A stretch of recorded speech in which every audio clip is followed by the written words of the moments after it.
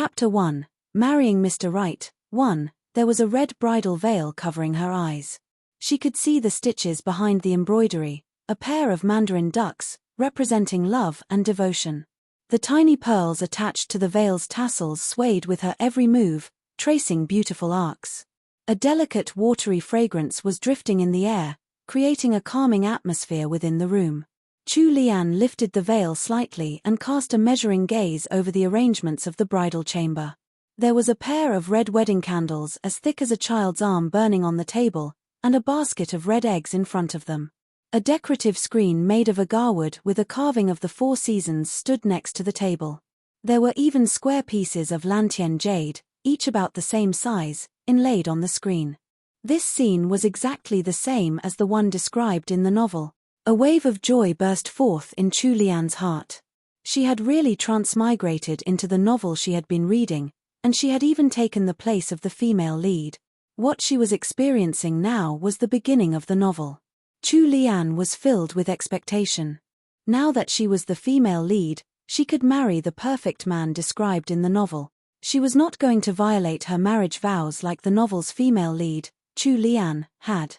She was going to be a virtuous wife, pass carefree days with her husband, and properly manage her own household in order to make up for the previous regrets that she had had in the modern world. It was a pity that she had only read halfway through the book before she had been transmigrated. While she was lost in her thoughts, the sound of footsteps and voices came from outside the room. Chu Lian hurriedly lowered her veil and corrected her posture. A flustered maidservant, Fuyan, came in to remind her, "Sixth miss, the bridal attendants and young master are here." Another maidservant, Xian, quickly adjusted Chu Lian's bridal dress before standing respectfully with Fuyan to one side. Chu Lian made a sound of acknowledgement. Her heart was thumping in her chest and she was unbelievably nervous inside. She felt like her heart was about to leap out of her throat. The bridal attendants' congratulations rang out, followed by the candid and teasing voices of some men. In an instant, the peace in the room was broken by the noise outside, and the atmosphere turned boisterous and joyful. "Sanlang 1, quick, take off the veil and let us see what kind of beauty our sister-in-law is." "That's right, he Sanlang, we can't wait any longer." One of the bridal attendants echoed the teasing and happily picked up a golden rod from a nearby maidservant's serving tray, passing it over to the third son of the He family. "Third young master, please pull aside the veil. May all your wishes come true." Their gazes shifted to the bride sitting in proper posture on the bed. Everyone wanted to see what the He family's newest daughter-in-law looked like. Thus, no one noticed the trace of mocking contempt that flashed through the groom's eyes. From behind the cover of the bridal veil, Chu Lian could only see a pair of black and red wedding boots in front of her. They were embroidered with a complicated pattern of flowing clouds and looked quite pretty. The golden rod appeared under her veil. In the next second, the red that had filled her vision transformed into a bright world. The sudden light was overwhelming. Chu Lian couldn't help but squint. The bride's beautiful features were revealed when the veil was lifted: curved brows, red lips, almond-shaped eyes, and rosy cheeks. Like a newly blossomed lotus, she looked bashful and lovely. Chu Lian only raised her head and glanced once at her future husband, He Changdi too, before lowering her head again, not daring to look any longer. However, it was this unbearable bashfulness that added a touch of color to the beautiful bride before them. Instantly, one of He Changdi's good friends started to tease him. "Sanlang, you lucky little brat." Even second young master patted his little brother's broad and sturdy shoulders in satisfaction, giving his approval of his new sister-in-law. He Changdi was quickly dragged out by his good friends for drinks. The bridal attendants left some instructions before leaving as well, allowing the bridal chamber to settle back into tranquility. Chu Lian's heart was still beating crazily. Thinking back to that one quick glance, she was still in disbelief that such a handsome and perfect man would soon become her husband. So immersed in her joy, Chu Lian had completely overlooked the strange look in her new husband's eyes when she had met his gaze just now. Meanwhile, senior servant Gui 3 frowned as she tidied up some things at the side. She was already over 30 years old, and had already seen countless people. Just now, when everyone had been focused on the bride's face, she had been looking at the new young master's expression. You could tell whether a man was satisfied with his bride from the look on his face. Senior servant Gui had absolute confidence in Chu Lian's appearance. However, after seeing such a beautiful young girl, the new young master hadn't shown any signs of being taken aback. Instead, his eyes were like a deep lake or an old well, calm and still, without any signs of a ripple. The thought gnawed at senior servant Gui until she could not help but turn to look at Sixth Miss, who was still sitting by the bed with her lips curled up. A knot of anxiety sat heavy in her chest, and she could only hope that her old eyes had seen wrongly. Unless their hearts were made of steel, what kind of man wouldn't treasure such a beautiful flower? Sanlang literally means third son. When used with a surname, it means third son of XXX family. This is used by both outsiders and family. When used by outsiders, it becomes a title, like third son of the He family. When used by family, it becomes more of a nickname, like number 3. It's used interchangeably with the real name of our male lead, so treat it like a second name for him. Left arrow with hook He Changdi is the real name of our male lead. He's also referred to by his nickname, He Sanlang. Left arrow with hook a senior servant, or Momo, is an older, usually married, female servant, different from the younger and unmarried maidservants. They are referred to by their surname, followed by Momo. E.g., Gui Momo. You'll see this occasionally in the story, as using senior servant didn't quite fit into dialogue. W left arrow with hook. Chapter 2, Marrying Mr. Right. 2. Chu Lian was about to take off her phoenix crown when she was held back by Xian. Sixth Miss, the bridal attendant left instructions for you just now. You have to wait for third young master to personally take off the phoenix crown. Chu Lian helplessly put down her hands and stretched her aching neck instead. She could only leave it like this.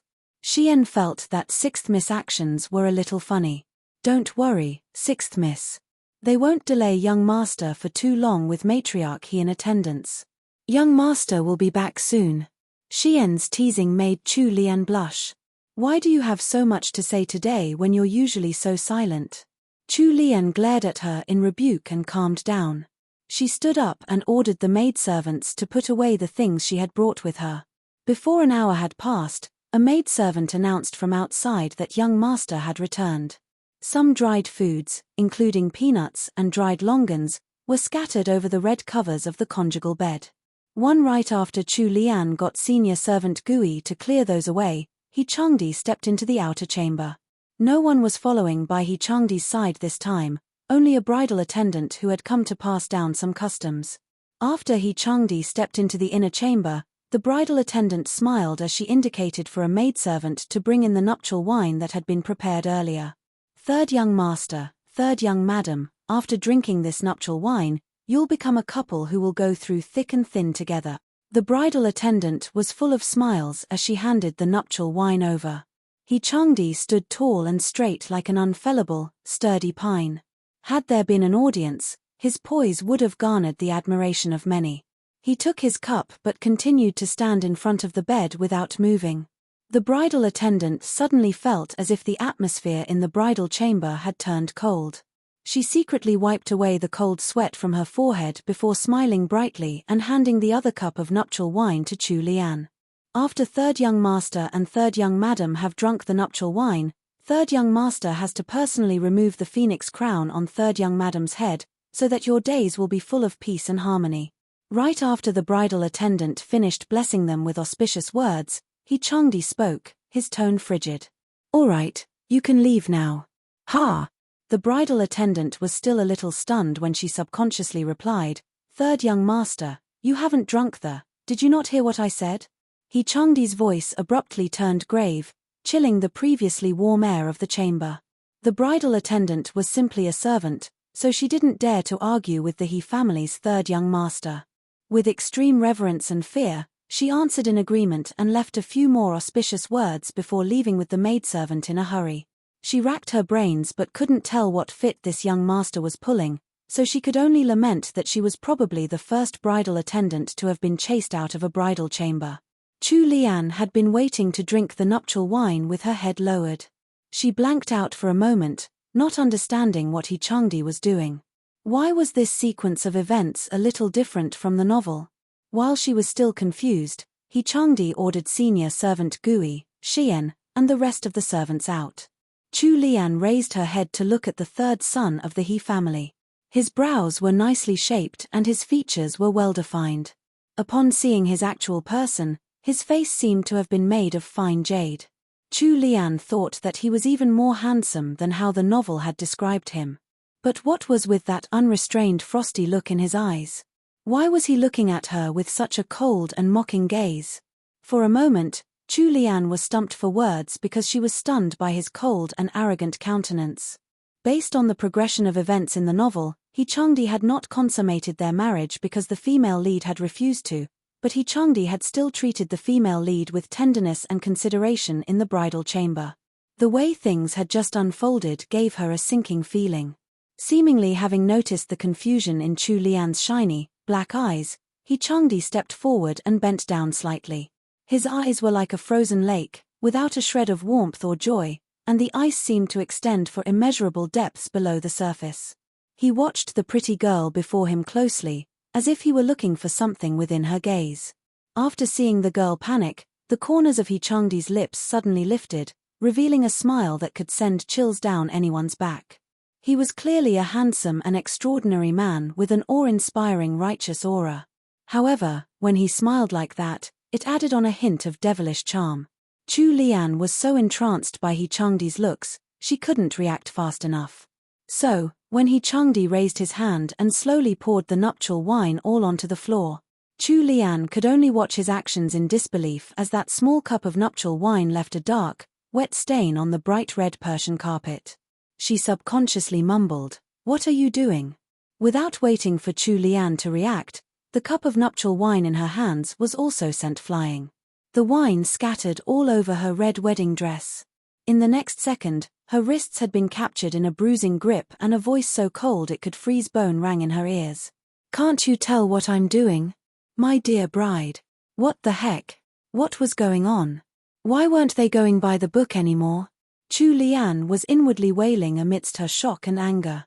However, before she could speak, He Changdi roughly pulled off her phoenix crown and threw it to the ground. Some of the strands of her black hair were yanked out along with the headdress, leaving an aching pain in their wake. He Changdi kept his voice low as he roared in anger, "You're not fit to wear this phoenix crown." Chu Lian tried to push away the man before her, but unfortunately, she wasn't strong enough. Her hands were just like kitten paws in the face of a male's strength, lacking any bit of might. When He Changdi saw that she was trying to fight back, his eyes bled with anger and he wrapped his hands around Chu Lian's tiny, snow-white neck. Even the veins on his slender hands were popping out, his hate for her was clearly reflected in his eyes. Chu Lian could feel every bit of that murderous intent. However, Chu Lian had never experienced anything like this before. She only felt the unyielding grip on her neck, squeezing like a noose, forcing her to cry from the pain. She couldn't breathe, it felt like she was going to die in the next moment. Her fair face had already turned blue from suffocation. He Changdi thought he only had to exert a little more strength before he could finally be free from this wicked woman forever. However, the thought of his grandmother and his brothers, who he knew wished only the best for him, popped into his mind. He Changdi didn't think he could bear watching as their hopes were dashed. The reputations of both the houses of Duke Yingguo and Count Jinggan were also at stake if he were to kill this woman. Thus, he could only dejectedly let go of her neck and glare instead, his hatred thick and cloying like miasma. He would leave this bitch alive for now. After the grip around her neck loosened, Chu Lian touched the bruises left on her neck, her face pale as a sheet. Air was finally free to flow into her throat, causing her to cough uncontrollably. If she had really been killed by her new husband just now, she would have become the most tragic transmigrator ever. Chu Lian's throat was unbearably dry, and she couldn't even speak. All she could do was hold her chest and pant for breath. He Changdi's expression turned even more overcast and ugly. He sneered and said, "Sixth miss of the Chu family, don't assume that everyone else is stupid. TL note, He Changdi is a big meanie, but there's a reason behind his actions. So hang in there and keep reading tilde. This is part of Chinese wedding customs and symbolizes fertility. Read more about it here. https://en. Wikipedia. Org wiki Chinese _pre-wedding _customs, #installation _of_the _bridal bed left arrow with hook. Chapter 3, The Wedding Night. 1. Chu Lian frowned and stared at He Changdi's tall figure. Her brows were furrowed as her gaze took on a tinge of a probing glint when she looked at him. She was very confused. The He Changdi in the novel was supposed to be easygoing and open-hearted. He was a rare stalwart gentleman. However, the person before her had nothing in common with the male lead who had been described in the novel. Apart from his looks, his personality was completely different. If the He Changdi in the novel was like a noble, unsullied bright moon, then the He Changdi before her was like a cold wind cutting through the night, bringing chills wherever he went. How had this happened? Chu Lian thought long and hard, but she still couldn't understand. Everything had gone exactly like the novel had described, except when it came to He Changdi. As for the newlywed groom standing with his hands behind his back, he tossed his sleeves and heartlessly walked right out of the bridal chamber. It was as if gazing upon his pretty bride for a moment longer would make him blind, so the only answer left was to leave. After He Changdi had left, senior servant Gui and Chu Lian's personal maidservants rushed in. When they saw Chu Lian sprawled on the ground, eyes blank and hair a mess, the phoenix crown unceremoniously lying on the floor, senior servant Gui's eyes reddened as her mind filled in the details of the events that had just occurred in the bridal chamber. "Sixth miss, please stand up. The floor is cold, you have to take care of your body." Senior servant Gui discreetly wiped the corners of her eyes and pulled Chu Lian up with the help of Jingyan, letting her rest on the bed. After sending Xian to the bathroom for hot water, senior servant Gui gently asked, "Sixth miss, what happened with young master just now? Did sixth miss suffer any grievances?" Chu Lian finally regained her senses. She still couldn't wrap her head around how He Changdi's personality had changed so much. Raising her head, she took a look at the nursemaid and maidservants who had accompanied Chu Lian when she had left her maiden home. Chu Lian bore with the pain in her neck and the doubts in her heart to smile at them, trying not to look so pitiful. She knew that these servants cared for Chu Lian wholeheartedly. "It's nothing. You don't have to worry about it, Momo. One, let Xian and the others prepare some hot water. I want to bathe and get out of this cumbersome bridal dress."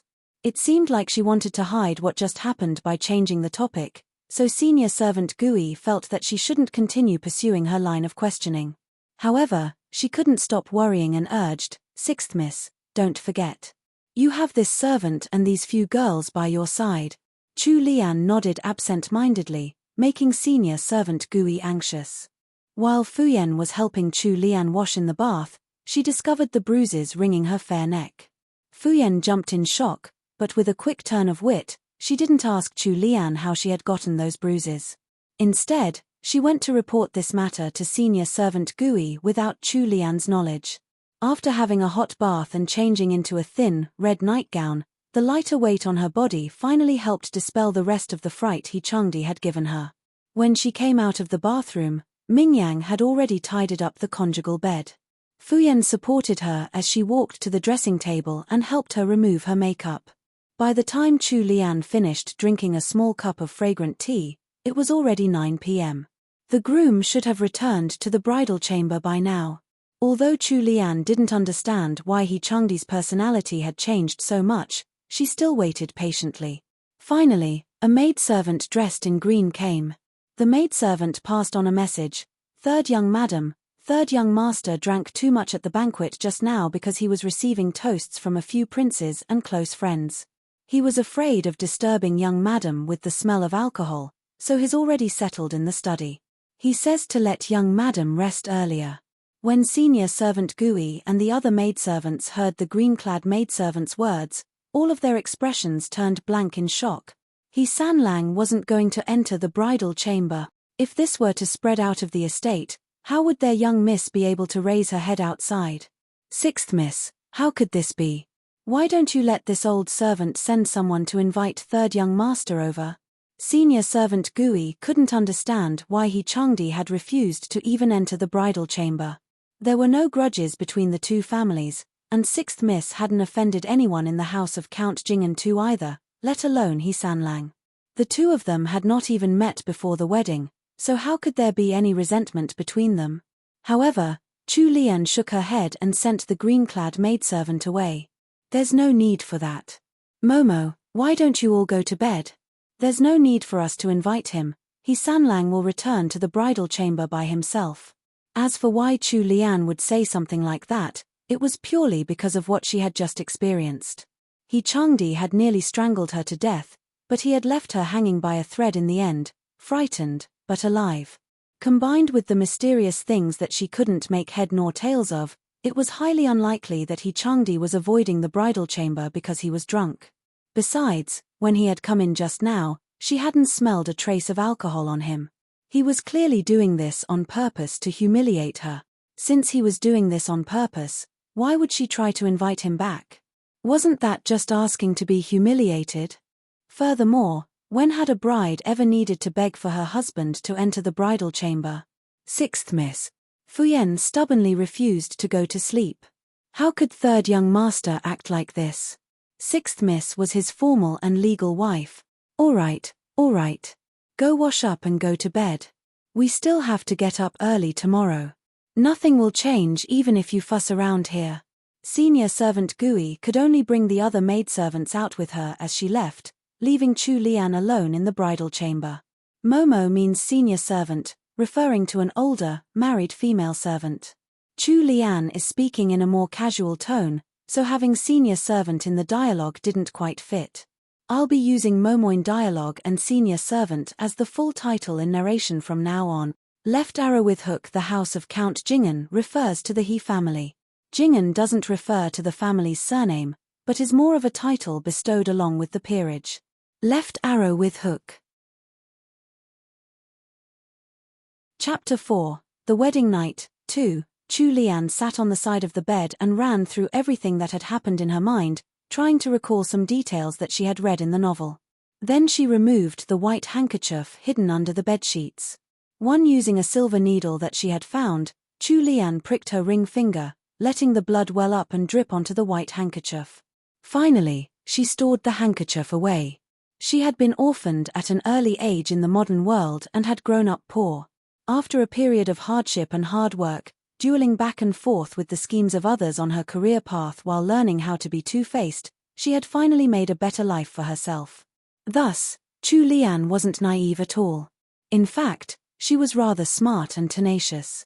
She knew how to wait and observe the situation. Although she had been hoping for a perfect and genuine romance, it didn't mean that she was an absolute fool. Everything that had happened just now was already enough food for thought.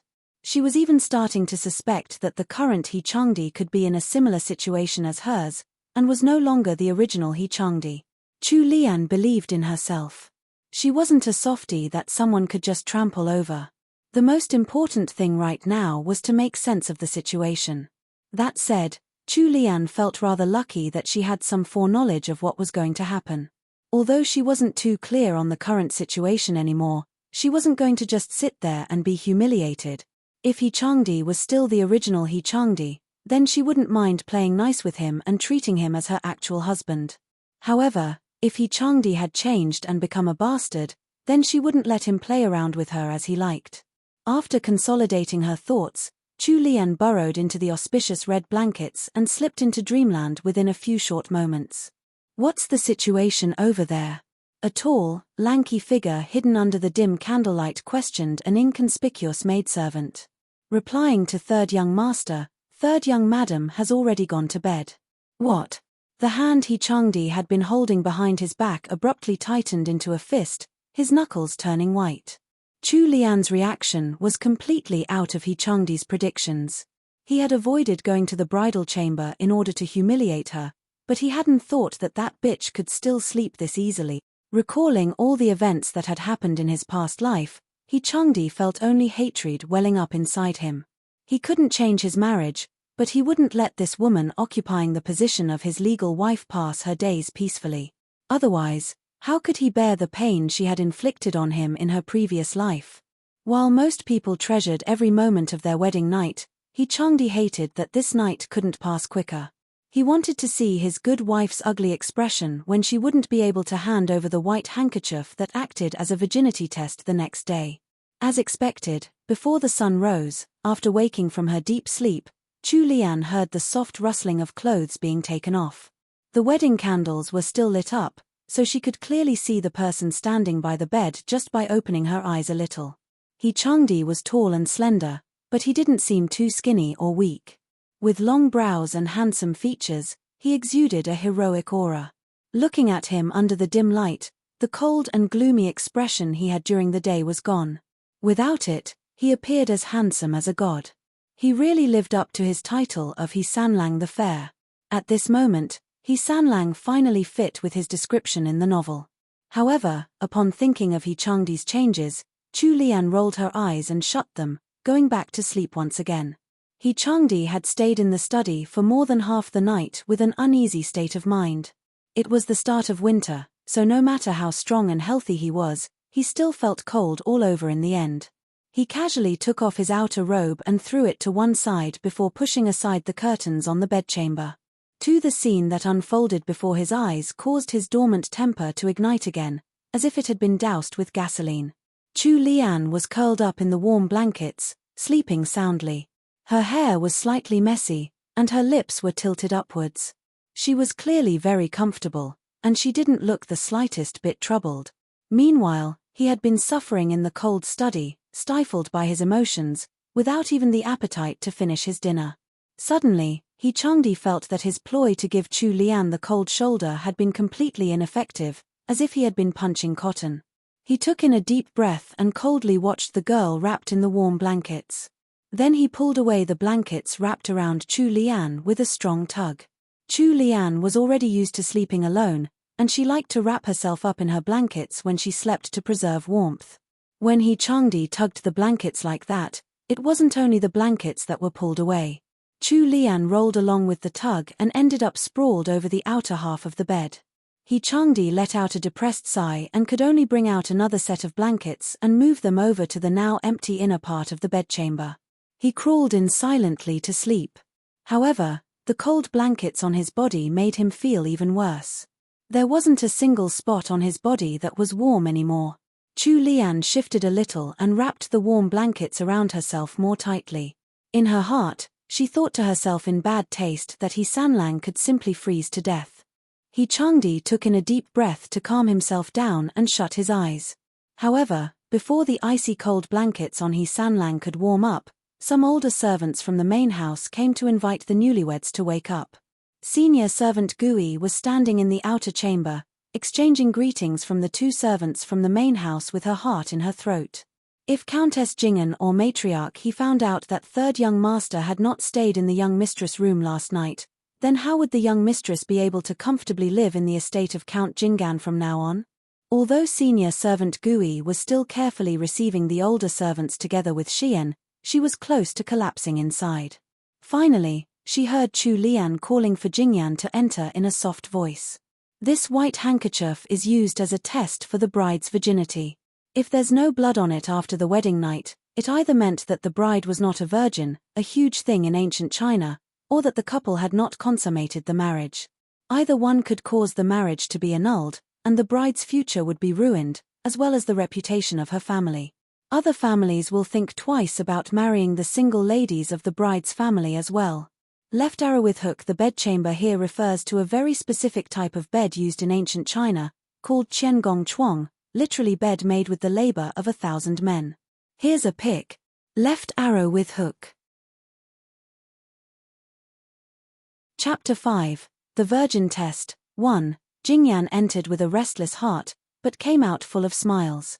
She bobbed in greeting towards the two senior servants and respectfully said, "Senior servant Liu, senior servant Ju, third young master and madam have just awoken. I'm afraid the two of you will have to wait for a moment longer." Senior servant Liu was one of the stewards by Countess Jing'an's side. Upon hearing Jing'an say so, she hurriedly waved her hands and said, "It's this old servant who came too early and disturbed third young master and madam's rest." Senior servant Gui didn't dare to let these two esteemed guests stand outside and wait, so she ordered the maidservants to bring snacks.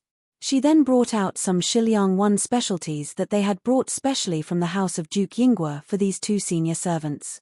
Meanwhile, within the bridal chamber, Chu Lian had already risen after hearing the movements from outside. She smiled and put on a surprised expression as she cast a glance towards He Changdi, who had also woken up and was resting against the side of the bed. "Husband, when did you return to our room? I didn't notice you at all." He Changdi didn't even bother looking at her. He chose to stare at the canopy of the bed instead, speaking as if Chu Lian was worth less than even the lifeless curtains.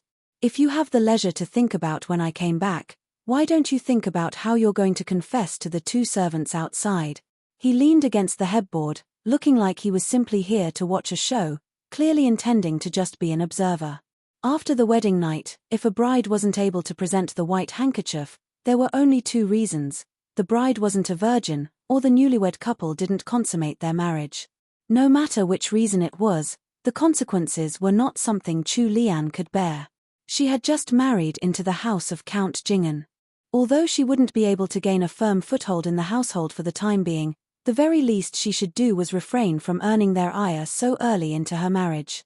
"Thank you for your reminder, my husband."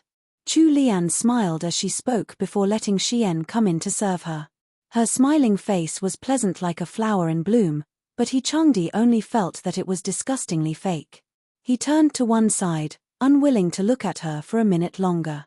Xian served Chu Lian as she went through her morning routine and helped her change into a beautiful set of everyday wear suitable for a newlywed wife. She supported Chu Lian as she sat in front of the dressing table, and was about to help her put on her makeup when Chu Lian shook her head. Glancing to the side, she noticed that He Changdi was about ready as well, so she quickly drew on her brows and dabbed a little rouge on her face, completing her makeup for the day. Her face was bright and beautiful, so light makeup like this showed off her great skin more than thicker makeup would have. She looked like a flower bud about to bloom. As a maidservant passed a handkerchief to He Changdi for him to wipe his face, Chu Lian instructed Xian, "Go and invite the two senior servants in." Seeing as third young master and third young madam weren't even speaking to each other this early in the morning, the two of them were clearly still angry at each other. Xian had heard from Jingyan, who had been on the night shift, that third young master had only returned to the bridal chamber in the wee hours of the day. Then, Xian couldn't help showing her worry on her face. Sixth third young madam. In her moment of panic, Xian wasn't able to remember the new way she had to address her mistress. Chu Lian reassured her with a look before urging her to invite the servants in. After all the maidservants in the inner chamber had retreated, He Sanlang sat by the bed. He looked like he was just waiting to watch the drama unfold. Chu Lian frowned and cast a sideways glance at him. She really didn't know what this new husband of hers was thinking. His personality had turned so strange. But Chu Lian was too lazy to bother with him. She could still remember how he had tried to strangle her to death last night. He hadn't given her any due respect as his spouse. No one could possibly be in a good mood after getting treated like that. Luckily, the two senior servants soon entered the bridal chamber brimming with smiles, breaking the hidden awkwardness between the couple. This old servant congratulates third young master and third young madam. May third young master and third young madam be blessed with children soon. Chu Lian shot a look at senior servant Gui, and she quickly passed over the prepared red packets to the two senior servants. Chu Lian also thanked them for their blessings. He Changdi watched her smile as she exchanged greetings with the two senior servants, inwardly ridiculing how fake her actions were. The corners of his lips raised in loathing. Even if she made a good impression on the two servants, she still wouldn't be able to pass this next trial. Without the white handkerchief, even if she awarded them with 10,000 taels of gold, it wouldn't change a thing. Third young madam, it's getting late and this old servant has to report back. Could you? Senior servant Liu was a little embarrassed to request the white handkerchief from this newlywed wife, but third young master was sitting by the bed with a cool and completely unapproachable expression. They really didn't dare to request anything from him. However, this new young mistress was full of smiles and seemed rather amiable and gentle, much more approachable in comparison. When senior servant Liu spoke up, Chu Lian blushed at the proper moment. She lowered her head, acting shy as she coughed twice. She even turned and glanced at He Changdi bashfully, The very picture of a new wife. Even He Changdi was almost tricked by her. If he wasn't absolutely sure that he had only returned to the bridal chamber early in the morning, and had even slept for about an hour under cold blankets, he would have suspected that he had done something beastly to her last night. He Changdi gritted his teeth as his handsome face turned even more overcast. Chu Lian lowered her head and instructed senior servant Gui to retrieve an exquisite sandalwood box from the drawers to the side, before passing it to senior servants Liu and Ju. The two servants opened the wooden box and checked its contents. They then exchanged glances and smiled brightly. "We've troubled you, third young madam. We'll take our leave now and report to the main house." The two senior servants were about to leave when He Changdi coldly called out to them. "Hold it." They turned around with suspicion and bobbed in greeting to He Changdi. "Third young master, is anything the matter?" Shiliang was one of the states in the 16 Kingdoms period in Chinese history. It's located somewhere in the west of modern China now. You can read more about it here. https://en. Wikipedia. Org wiki western_liang_16_kingdoms, left arrow with hook. Chapter 6, The Virgin Test, 2. Within 2 steps, He Changdi had moved in front of them and snatched the sandalwood box in their hands. Then, in front of everyone, he opened the lid. Upon seeing the spots of red on the white handkerchief inside, He Changdi coldly looked towards Chu Lian. His chest heaved in frustration. He found it hard to believe that she had even prepared this from early on. She had covered all her bases. So she could do anything for the sake of that man. After having the box shoved back into her hands by third young master, senior servant Liu stared blankly at him, completely stunned by He Changdi's reaction. She really didn't know what kind of fit third young master was having today. Earlier, she had heard rumors that third young master wasn't happy with this marriage, so it seemed like it was true. However, since the two of them had already consummated their marriage, they had to spend the rest of their days together.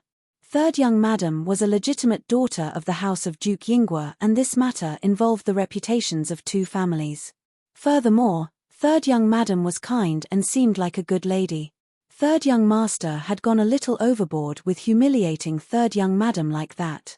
She definitely had to report this to madam and let madam knock some sense into third young master.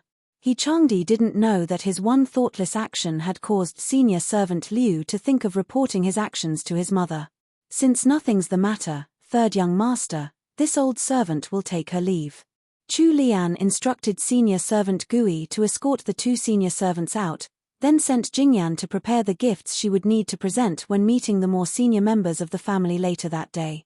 She had already written out a list last night and handed it over to Jingyan to arrange for her. Only the two newlyweds were left in the bridal chamber again. He Changdi abruptly sneered and walked to her side, looking down on her with his height. "It seems like you were already prepared. I've underestimated you. So you don't even have a single shred of honor left. How could you falsify something like that?" Chu Lian was in the middle of inserting a jade orchid hairpin into her cloud-like hair bun. Upon hearing him speak, she glanced at him. However, she didn't angrily shout back as He Changdi had imagined. Instead, she smiled at him with an appropriate, easygoing smile as beautiful as a blooming peony. "Didn't you wake up in the bridal chamber this morning, my dear husband? How could I have falsified anything? What are you talking about?" He Changdi was so angered that laughter bubbled out of his throat. He fixed his narrowed gaze on Chu Lian, a little surprised that she would speak to him in that manner. Suddenly, he said, "I wonder how Xiao Wujing would react if he discovered your actions." Chu Lian frowned and searched through the memories she had of the novel. She realized that she hadn't seen any mention of a person called Xiao Wujing, at least, not in the first half of the book that she had read. "Husband, it's getting late, we have to go and pay our respects." Chu Lian finished putting on her accessories and turned to He Changdi. With a smile on her face, she then bobbed in greeting, her posture as perfect as one would expect from a noble young lady. He Changdi's eyes were still tightly glued onto her. After realizing that there wasn't a single glimmer in her eyes and that her expression was level and sure, even leisurely, his brows started to furrow together. He Changdi turned around, and completely dropped the suspicion that Chu Lian had reincarnated like he did. If Chu Lian had reincarnated as well, she couldn't possibly forget who Xiao Wujing was. Actually, Xiao Wujing had been mentioned before in the novel. Xiao Wujing was originally named Xiao Bojian, and he was the male lead of the book. However, the first half of the book had not mentioned Xiao Bojian's other name at all, so Chu Lian was completely clueless. Within the bridal chamber, the newlywed couple looked to be getting along well on the surface, but in actual fact, they were of different minds. He Changdi cast a glance at Chu Lian standing by his side. Although she was different in some ways, she was still the same person as before, full of malicious intent and trickery. For the sake of herself and Xiao Wujing, she had never cared about the lives of others. Senior servant Gui was already getting a little anxious while waiting in the outer chamber. She quickly came in to give them a gentle reminder. "Third young master, third young madam, it's getting late." Chu Lian made a sound of agreement before tossing a sideways glance at He Changdi. His expression was icy cold as he stepped out of the bridal chamber first. Xian, who was supporting Chu Lian as she followed behind He Sanlang, couldn't help but frown. She looked at the beautiful face of her sixth miss in worry. Xian was more steady than the other personal maidservants, and senior servant Gui relied on her the most. She was older than Chu Lian by a year. Born into the Yinghua household as one of the family's servants, Xian had been serving Chu Lian since they were little. However, she had always treated the sixth Miss Chu Lian as her own sister. Ever since the sixth Miss's engagement had been decided, there had been a rumor circulating around the Yinghua household. Supposedly, there was some unmentionable secret behind matriarch He bringing He Sanlang over and specifically requesting an engagement to the sixth Miss of the House of Yinghua. Although the status of the House of Duke Yinghua had declined in the past few decades, they were still born of nobility and had, for a few generations now, worked hard to expand their family tree. When it came to Chu Lian's generation, there were 11 daughters alone in the household. Only the old Duke of Yinghua had a place in the imperial court, and none of the males of the younger generations seemed to stand out. Since the house had declined to such a state, it should have been hard for the ladies to even marry into another noble house, but it just so happened that these ladies had somehow become famous for a rather special trait. The eldest miss from the previous generation married the grandson of the Marquis of Fuan and gave birth to 2 healthy sons after 3 years. The second miss married the second son of the Vice Minister of the Ministry of Official Personnel Affairs, and her first child was a boy. The third miss was sent far away and was married to the military commissioner of Guizhou. She gave birth to a pair of sons in the second year of her marriage. After that, the first child of any bride coming from the house of Duke Yinghua would, without any exceptions, be a son. This matter had spread all over the capital, Shenyang, 2 years ago for a period of time. TL note: this is what Chu Lian's hairstyle looks like. Chapter 7, Tea Ceremony. 1. The House of Count Jing'an was a military family, and the grandfather of the current Count Jing'an was one of the country's founding fathers. Although the title had already been passed down for 3 generations and their rank had dropped from duke to count, the power of the House Jing'an could not be underestimated.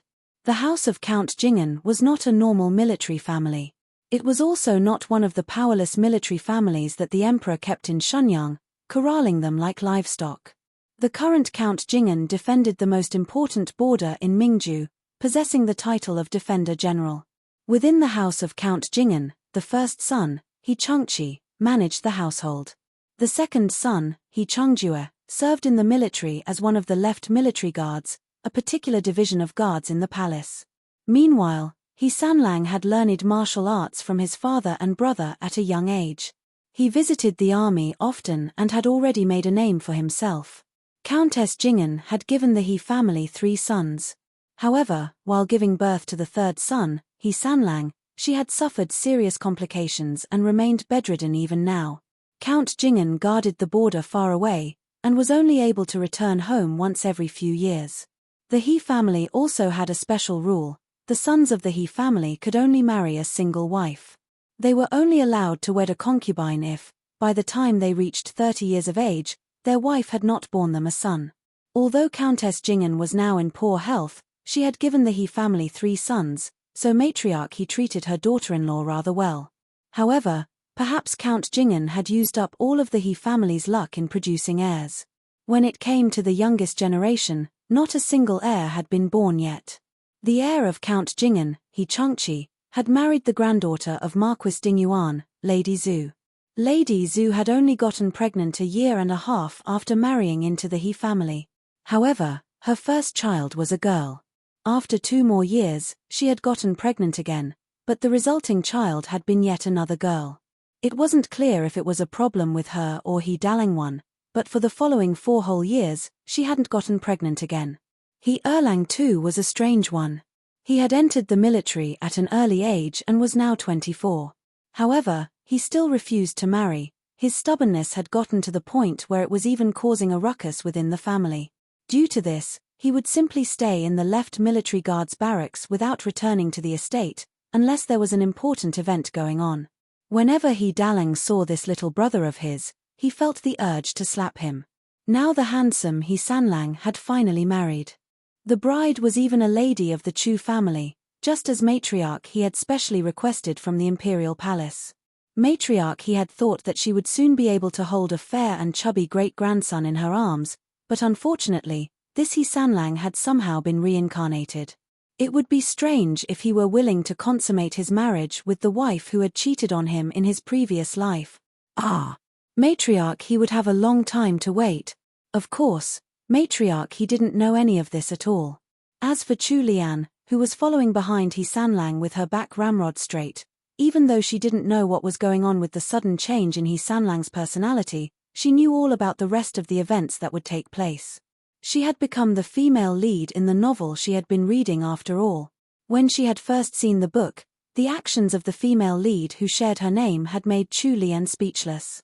He Sanlang had looks, talent, and a good family background. His family was also simple and free from the inner conflicts common in other households. Wasn't it good to be a young madam in a noble family such as this? Why did she have to stir up so much trouble with that damned Xiaobo Jian? The female lead had even destroyed her own reputation. Geez. Back then, Chu Lian had wondered whether the author had a grudge against this female lead or something, making her make the most horrible decisions possible. Perhaps her resentment had been too strong, because when Chu Lian woke up, she had become that damned female lead herself. If she had known that this would happen earlier, she would have read a little faster and finished the book. However, that hadn't happened, and now she was in a situation where she didn't know what developments would occur in the later half of the novel. She didn't know who the female lead would end up with, or what would happen to He Sanlang in the end. Add He Sanlang's mysterious changes into the mix, and Chu Lian was about to go crazy. She was a little too distracted while walking, so she stumbled upon the cobblestone path, almost spraining her ankle. Luckily, Xian caught her just in time. He Sanlang heard the commotion going on behind him and cast a cold glare over his shoulder. The look in his eyes gave her a merciless warning, telling her without the use of words, "You had better watch it." For an aristocratic family, the family tree of the house of Count Jingen was extremely simple. Matriarch he occupied the highest position, while He Dalang's daughters were the lowest in the family tree. There were no concubines or illegitimate children around, a huge difference from the complicated family of the house of Duke Yinghua. They had arranged for the newlyweds to pay their respects to their elders at matriarch his Qingshi Hall 3. When the pair of newlyweds reached the arched doorway, they immediately spotted senior servant Liu, one of the servants highly regarded by matriarch He, walking over to welcome them.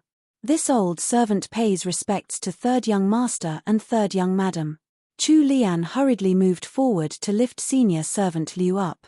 How could we let senior servant Liu pay respects to us? For this senior servant Liu was one of the senior servants who managed the household and held actual authority. She also had a rather good personality and was someone worth making friends with. Chu Lian secretly made note of all this information in her heart. When He Changdi saw that she was being so eagerly attentive towards a senior servant on her first visit to the He estate, he felt even more strongly that her pleasant disposition was nothing more than a facade. Following the saying out of sight, out of mind, He Changdi entered Qingshi Hall first. Senior servant Liu frowned when she saw He Sanlang's actions. She turned to Chu Lian with a smile and took her hand, personally leading her into the courtyard. Dalang means first son, and is used in the same way as sanlang. Left arrow with hook erlang means second son, and is also an affectionate address like dalang and sanlang. Left arrow with hook qingxi means celebration tilde. While I could have translated it as celebration hall, I decided to keep names in pinyin, as the names sometimes don't have meaning to them. This will keep all the names consistent. Left arrow with hook. It's quite normal for servants to pay respects to their masters. However, Chu Lian stopped senior servant Liu because of her age and position as a trusted servant of matriarch He, who is 2 generations above Chu Lian. This gives senior servant Liu a good impression of her. Left arrow with hook. Chapter 8, Tea Ceremony, 2. An entire circle of people was sitting within the parlor of Qingxi Hall. Chu Lian cast a gentle, measuring gaze over them, mentally matching the people before her to their descriptions in the book. The silver-haired old madam wearing a jasper-colored headband sitting at the head of the group was most likely matriarch He of the house of Count Jingen. Matriarch He was dressed richly, and she held herself with natural grace and pose. Although there wasn't a single black hair left on her head, her face did not show any hint of her age. She looked to be 50 or 60 years old at most. Count Jingen was stationed at the border of Mingju and couldn't return without an imperial edict. Although his most beloved son had just been married, he could only send a thick letter home while he stayed in Mingju. A 40-year-old woman was seated next to matriarch He, with a pale face and a skinny figure. Although she was decked in ornaments of pearl and jade, it couldn't disguise the sickly air surrounding her. This woman must be her mother-in-law, who was often bedridden due to her condition. Next, there was a beautiful, well-developed woman who looked to be in her 20s sitting next to Countess Jingen. She was dressed in a pale mauve dress, demure and poised, with a distinctive aura. 2 little girls were standing by her side, one of them a little bigger and the other a little smaller. These 2 little ladies were the youngest daughters of the house of Count Jingen, Little An and Little Lin Wan. The wife of the first son of Count Jingen, Lady Zhu, didn't seem to be good or bad as described in the first half of the novel, so Chu Lian wasn't sure if Lady Zhu was someone she should get close to. 2 middle-aged women were seated next to Lady Zhu. The novel only mentioned them once. These 2 were matriarch His daughters, who had married out of the house. He Dalang and He Erlang were seated on matriarch His other side.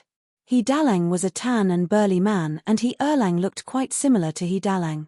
In this manner, it seemed like these 2 were the real sons of a military family, whereas He Sanlang's clean, elegant, and gentlemanly appearance made it seem like they weren't born from the same mother. She wondered if her father-in-law, Count Jingen, looked like He Dalang, a rough middle-aged man. He Sanlang didn't bother with Chu Lian at all. Seeing that 2 senior servants had placed a cushion in front of them, he immediately knelt down on it. Chu Lian had just married into this family, so she didn't dare to look around for too long. She followed He Sanlang's actions and knelt down docilely. Senior servant Liu smiled as she passed 2 cups of tea over to the newlyweds. Chu Lian received the teacup and held it up with 2 hands as she passed it to matriarch He. Granddaughter-in-law pays respects to grandmother. May your fortune be as boundless as the eastern sea, and may your lifespan exceed the age of the southern mountain. Grandmother, please accept this cup of tea. Matriarch He watched the golden pair before her with upturned eyes, baring her teeth in a smile. She received the teacup and drank the tea before patting Chu Lian's fair hand. She then personally removed a high-quality lucky jade amulet from her waist and placed it in Chu Lian's hands. What a good child. Take this jade amulet. It was a memento from your grandfather, and it's quite valuable. Juniors weren't supposed to reject gifts from their elders. Furthermore, this was a gift from the matriarch of the family to a newlywed daughter-in-law. Chu Lian smiled and thanked matriarch He as she accepted the gift. He Changdi continued kneeling with his back stiff as he coldly watched the events before him. Haha. As expected, it was that lucky jade amulet again. This bitch wasn't fit to have this jade amulet at all. A few years later, this amulet would be hanging off Xiao Wujing's waist. The look in He Changdi's eyes was sinister and cold. He had the urge to snatch that jade amulet from her right on the spot. Chu Lian didn't have the energy to deal with him right now. Who knew what sort of fit he was throwing?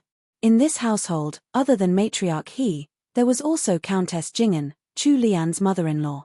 He Sanlang was Countess Jing'an's most favored son, and Countess Jing'an cared for him the most.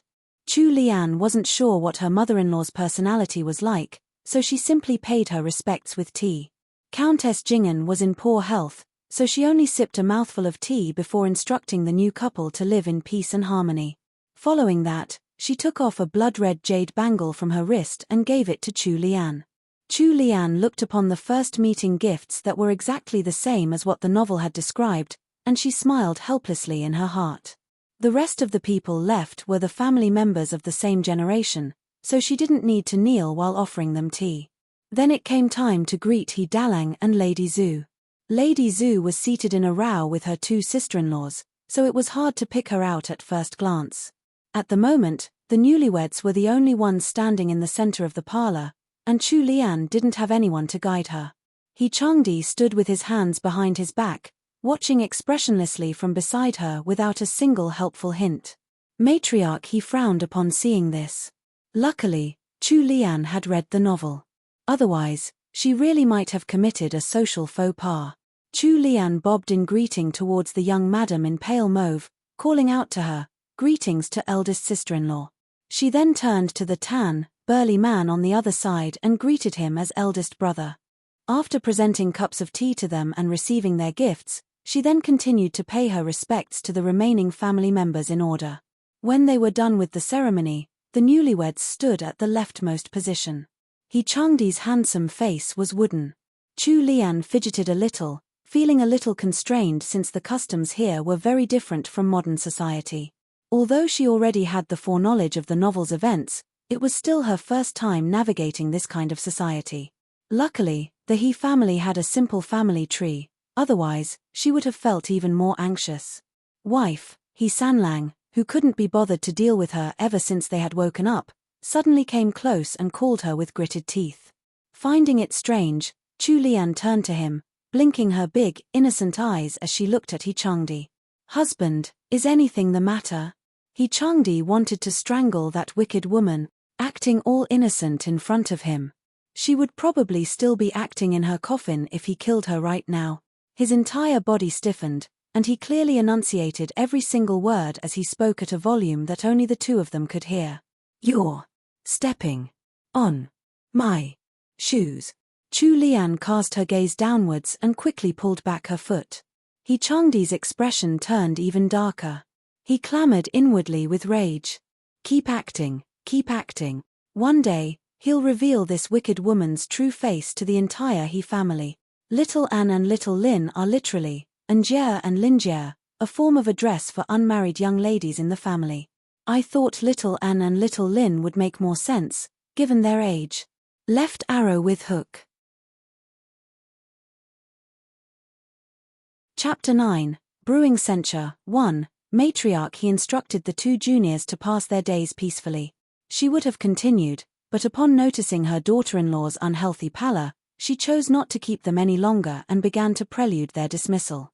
However, as He Changdi was about to leave, Matriarch He stopped him. "Sanlang, send your wife back first and come to grandmother's place later. Grandmother has something to say to you in private." He Changdi froze for the barest of moments, before he nodded in agreement. When Chu Lian finished paying her respects to the elders, He Changdi grabbed her by the wrist and pulled her out. He Erlang's white teeth were blinding against his tan complexion. Third brother is usually so cold, who would have thought that he's actually the type to pamper his wife? We finally have proof that he's one of us after all. At that, He Dalang rolled his eyes and shot him an ugly look. Fine, fine. No one at home ever appreciates his company. He Erlang was about to stand and make his escape, when He Dalang grabbed him by the ear and dragged him off to the study to talk. "Peiwen, go back and take a rest. So much exertion isn't good for your body." Once He Changdi and his wife had left, Matriarch He turned and addressed her daughter-in-law. Lady Liu's body was indeed extremely weak. She had forced herself out of bed for the sake of her son and daughter-in-law's tea ceremony. After only sitting for an hour or so, she was on the verge of collapse. "Mother, please help this daughter-in-law take care of Sanlang. Daughter-in-law will take her leave now." Lady Liu's voice was light and feeble.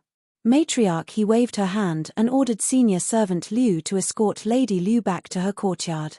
They left together accompanied by 2 maidservants. Only Lady Zhu and Matriarch his 2 daughters were left in Qingxi Hall. Once Lady Zhu saw that there was nothing left to do, she rose and paid her respects to Matriarch He, intending to move to the outer court to manage the estate for the day. Matriarch He was no longer in charge of maintaining the house of Count Jinggan. That had originally been Countess Jinggan's role, but then she had fallen ill. For a period of time after, Matriarch He had once again temporarily taken up the mantle, but she had quickly passed it on when her granddaughter-in-law had entered the household. Thus, it was now Lady Zhu's turn to oversee the estate. All matters, internal or external, were all handled by Lady Zhu. After leaving Qingxi Hall, He Changdi reverted to his ice-cold expression. He tossed Chu Lian's arm away and walked back to their courtyard in the He estate, 1 step ahead of her. Xian frowned as she watched young masters straight back. She quietly called out to 6th Miss, but Chu Lian shook her head with a bitter smile. She reassured Xian with a silent look before turning towards the courtyard. Who knew what was wrong with this He Sanlang? After returning to their own courtyard, He Changdi simply sat in the outer chamber, drinking a cup of tea before returning to Qingxi Hall. Chu Lian sat in the inner chamber, watching Xian and Fuyan as they put away the dowry that she had brought over from the Duke of Ingwa's household. Upon hearing the movements from outside, she realized he had gone out. He had probably made this trip back with her just for the old matriarch to see. Chu Lian unconsciously frowned. What was going on? This He Changdi was completely different from the male lead in the novel. Had something gone wrong somewhere? But other than He Changdi, everything else was exactly the same. She couldn't make any sense of it, so she simply chose to stop thinking about it. The female lead in the novel had 4 personal maidservants, all with the word Yang in their names. Each of them was a beautiful woman, with their own unique special abilities. However, only Xian and Fuyan had grown up with the female lead. Jingyan and Mingyang had been awarded by Duchess Yingguo when she had married out of the estate. Chu Lian knew everything about the personalities and minds of these 4 maidservants, as well as their endings. The looks that Fuyan had tossed He Changdi from time to time hadn't escaped her eyes. Xian also tossed glances, but these were towards her mistress as she was putting away the dowry boxes. Xian had been quiet so far, but she did have a few words she wanted to tell 6th Miss. However, with the other maidservants by her side, it wasn't a good time to speak up. 6th Miss, she realized, had rushed to the old matriarch's courtyard early that morning for the tea ceremony. She hadn't eaten much, either. Intent on rectifying this, Xian asked, 3rd young madam, are you hungry?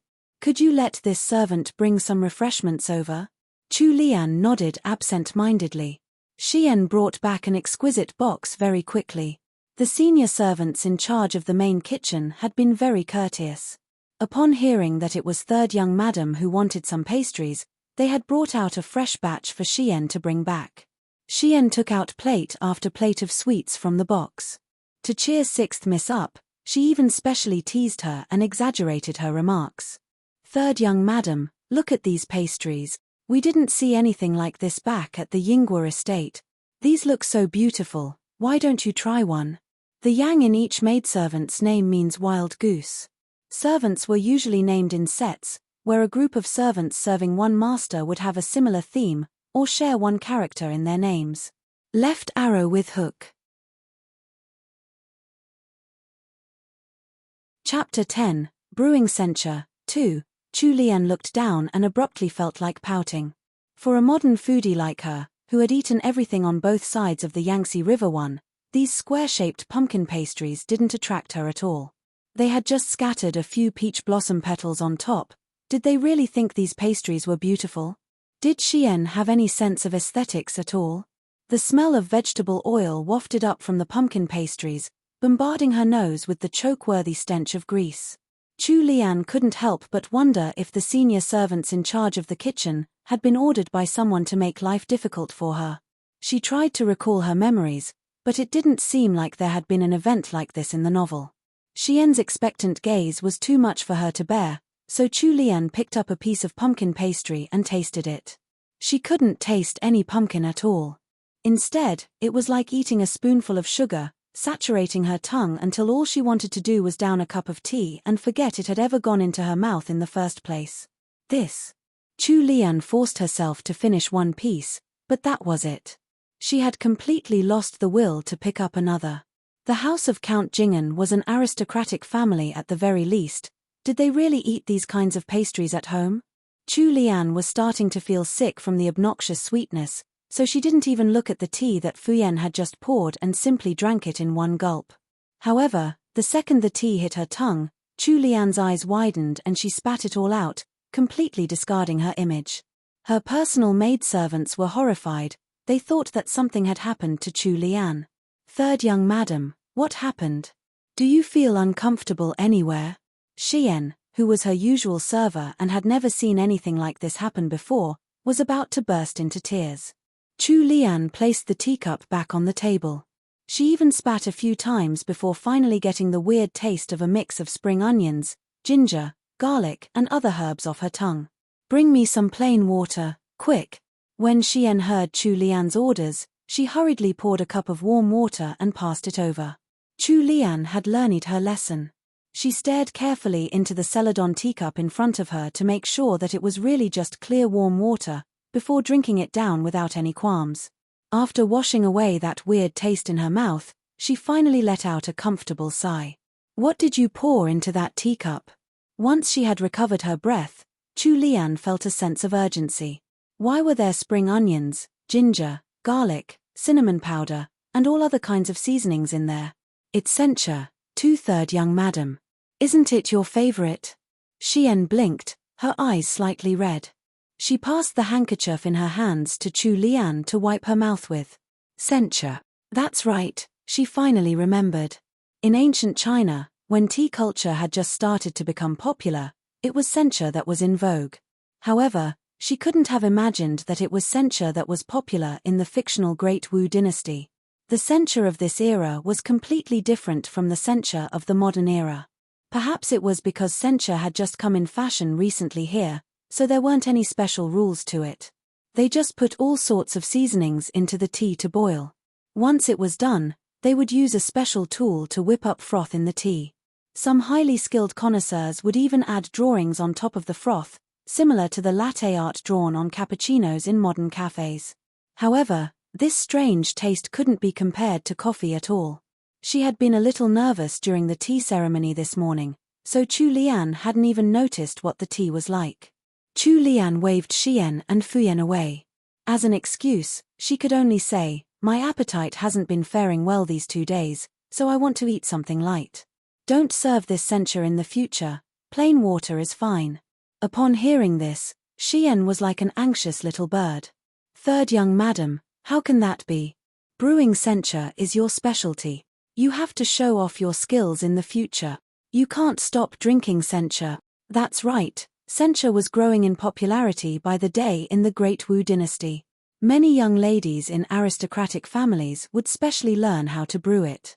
The more flavorful the censure and the more beautiful the posture of the brewer, the more they would be praised as elegant and noble ladies.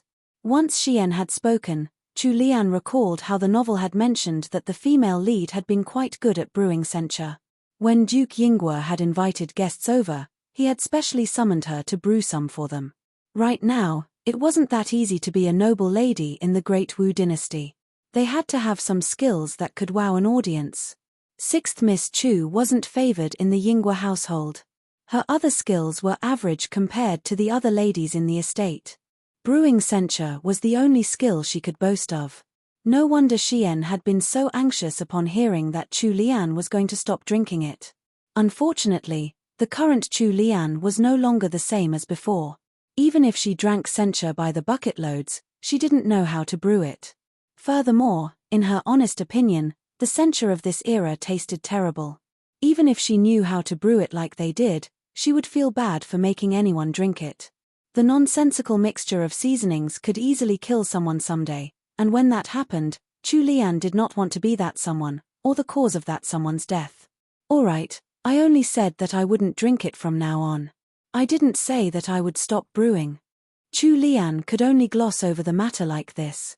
She wasn't the original female lead. Although she was the mistress of these maidservants, she couldn't change her behavior too much all of a sudden.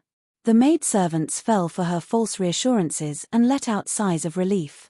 Chu Lian held her forehead in her hands. Fuyen's eyes darted around before her gaze landed on that golden, drool-worthy pastry on the table. She gulped in secret. It really was like how Xian had said. They had never eaten such beautiful pastries back at the Yinghua estate. Third young madam, what do you think of these pastries? Chu Lian had suffered too much of a shock from the censure, to the point that she had almost forgotten about the pastries that had made her drink it in the first place. She shook her head in disappointment. The taste is average. It's too sweet and greasy. Take one for yourselves and try it. Chu Lian simply wanted to test the taste buds of the people from this era. Xian and Fuyan had been serving the female lead for a long time. They probably knew the tastes of the female lead the best. Letting them try the pastries was the best way to find out what she was supposed to like. When the 4 personal maidservants heard her words, their eyes lit up. Mingyang and Jingyan had been sent by Duchess Yinghua as part of her dowry, right before her wedding. Before that, they were only second-tier maidservants in the estate, and they hadn't led very good lives. The Yangtze River runs through the middle of China, dividing it into the north and south. What Chu Lian means is that she's eaten everything in China before XD left arrow with hook censure equals a type of green tea. However, this is apparently the ancient kind of censure, where all sorts of weird things are added to it. Oh my XD left arrow with hook. Chapter 11, Secret Recipe, 1. This chapter has been stolen from Volara novels. Please read from the original source. Mingyang and Jingyan were second-tier maidservants. How could they have ever had the chance to taste such fine cuisine before? These delicacies were reserved solely for the nobility. The 4 personal maidservants each took a single pastry and carefully placed it in their mouths. They looked like they couldn't bear to eat it all at once, so instead, they took small, careful bites to savor the pastry like it was some priceless treasure. Mingyang and Jingyan even displayed blissful expressions without any restraint. Chu Lian watched them curiously. If she hadn't tasted that pumpkin pastry just now, she would have suspected that there was something wrong with her taste buds. How is it? Chu Lian asked quietly. She didn't want to disturb their enjoyment of the food. Mingyang continuously nodded while she licked the sugar left behind on her fingers. Third young madam, it's delicious. After saying so, her eyes drifted towards the 2 pastries left on the dish. She clearly had something else she wanted to say. Chu Lian. After listening to all their replies and confirming that the pumpkin pastry was indeed delicious to them, Chu Lian began to despair. Surely not. A pumpkin pastry sweet enough to kill someone was delicious to them? These 4 maidservants had come from the house of Duke Yinghua. Even if their meals weren't as fine as that of the young masters and ladies, it was still comparable to the meals of a rich commoner's family. If these were the maidservants' tastes, and the maidservants' tastes were the standards of the rich here in the Great Wu dynasty, could it be that this was the level of fine dining here? Wasn't that too poor? When Xian saw that her mistress' expression had collapsed, her brows drew together. She thought that Chu Lian was unhappy, so she hurriedly said, "Third young madam, do you think that we caused you to lose face?" A simple plate of sweets from a noble family's household had been all that it took to reduce them to such a state. As she recalled their loosened expressions from just moments prior, Xian felt that she had done something bad. Chu Lian shook her head. This Xian was good at everything and put her whole heart into her work. However, she had the habit of overthinking things. How could that be? It's just a plate of pastries. Don't tell me that your mistress is such a stingy person in your hearts. They shook their heads, afraid that Chu Lian would misunderstand. Then there's nothing wrong. Why do you have such troubled expressions?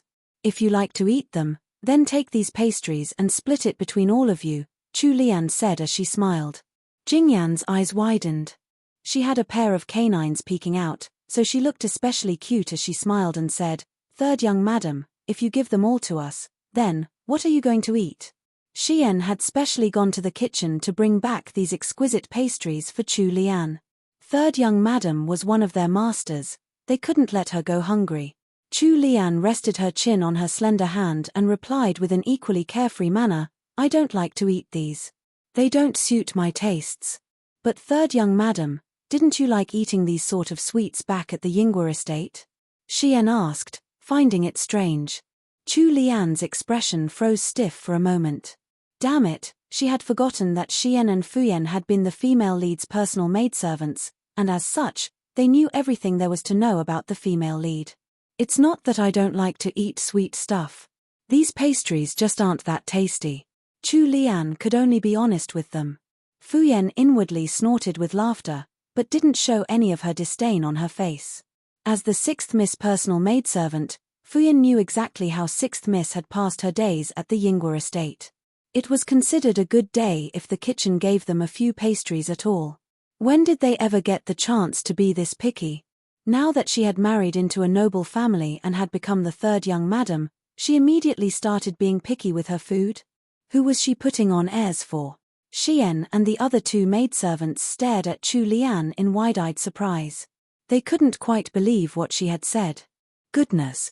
Their mistress must have turned silly once she had gotten married. She actually thought that the pastries of the house of Count Jingen weren't that tasty. Even the empress wouldn't say something like that. The chef who made pastries in House Jingen was famous throughout high society in the entire capital. On special occasions, the noble families who were on intimate terms with the house of Count Jingen were proud to receive gift boxes of assorted sweets from the Jingen household. Normally, the Jingen household wouldn't hand them out as gifts. If anyone wanted to have the chance to eat such delicacies, they would have to come to the Jingen estate as a guest. Of course, Chu Lian didn't know any of this. Although this was the fictional universe of the novel, there was a limit to what had been described. The novel couldn't possibly explain every single little detail. Thus, something like a famous sweets maker hadn't been mentioned at all. Third young madam, could you possibly be joking? Mingyang softly asked. Chu Lian helplessly shook her head and stood up. She looked around the room. Seeing that there were still some kumquats displayed on the table from the wedding, she walked over and picked one up, thoughts rolling about in her head. Xian, come here. Xian walked briskly to Chu Lian's side. Chu Lian waved the little kumquat in front of Xian. Do you see this kumquat? Xian didn't know what third young madam wanted, so she simply nodded. Take all of these and wash them, then take some salt and scrub the skin for a while before rinsing it again. Use a small knife to make 4 cuts in each kumquat and take out all the seeds. Then place the kumquats in a sugar water bath to cook until they turn translucent. After that, take them out and pickle them in honey for 2 hours. As Chu Lian spoke, she pointed out where the cuts should be made and taught Xian how to remove the little seeds. 1 Google tag. CMD push, function, Google tag. Display, div GPT add 1505272145733-0. The maidservants were flabbergasted. It was only when Chu Lian had finished her instructions that they recovered their senses. However, Xian didn't immediately take the kumquats out to make them into sweets. Instead, she knelt down, knees hitting the floor with a thump. Chu Lian was shocked. What happened? Why are you kneeling down? She had come from the modern world after all. She really couldn't get used to how the people in the Great Wu dynasty liked to kneel down for the slightest cause. The other 3 maidservants looked at Xian with envy. Xian raised her head, the corners of her eyes slightly reddened already. Xian thanks third young madam for teaching this servant a secret recipe. Xian will keep it absolutely secret from now on. My lips are sealed. Chu Lian. Chu Lian didn't know what to say anymore. All she wanted was to eat some candied kumquats. She was too lazy to do it herself, so she had taught Xian how to make them. The recipe for these candied kumquats was so easy that anyone could do it after seeing it once. However, these maidservants were treating it like some secret recipe. She was a little embarrassed. TL note, here's a picture of candied kumquats. Don't they look yummy? Chapter 12, Secret Recipe, 2. This chapter has been stolen from Volara novels. Please read from the original source. Back in the modern era, you could simply search for recipes like this online, and there would be enough results to make a person's head spin. It was just a matter of whether you were too lazy to make them or not. There was something Chu Lian did not know. In the Great Wu dynasty, eating rare delicacies served on an array of platters while listening to a live musical performance was the height of extravagance. This was naturally a life reserved only for nobility. Cuisine was judged by quality and not quantity. Secret recipes were essential for large noble families, as they signified the ability to create those sumptuous foods vital to their ostentatious lifestyle. The families of court officials had to have one or two secret recipes at hand. Noble wives on close terms with one another would exchange secret recipes as a sign of the highest intimacy between them. From this, it could be seen how important these secret recipes were to the people of the Great Wu dynasty. It was precisely because of this emphasis that the noble families who received the iconic sweets of House Jing'an were so proud of their gifts. Even though these sweets had been sent to almost every noble family over the years, the house of Count Jing'an was still the sole producer due to keeping the recipe absolutely secret. The instructions that Chu Lian had so casually relayed had been taken for a secret recipe. 6th Miss Chu's mother had passed away when she was young. The 4 maidservants had grown up in the Yinghua estate, and had thus more or less heard of her, the 3rd Madam of the House of Duke Yinghua. 3rd Madam was 2nd Master's first wife. She had been born into a literary family. Unfortunately, Chu Lian's maternal grandparents had been implicated in General Chengping's rebellion, and their family's status had declined. 3rd Madam had been pregnant with Chu Lian at the time. When she had heard of the fall of her family, she had suffered a shock, which had caused the pregnancy to become unstable. After that, she had a difficult labor. When Chu Lian was only a year old, 3rd Madam let go of her ties to this world. Although she had passed away, there were rumors that she had left some valuable treasures for 6th Miss Chu. Thus, the 4 maidservants weren't at all suspicious of how Chu Lian had recited a recipe for candied kumquats so easily.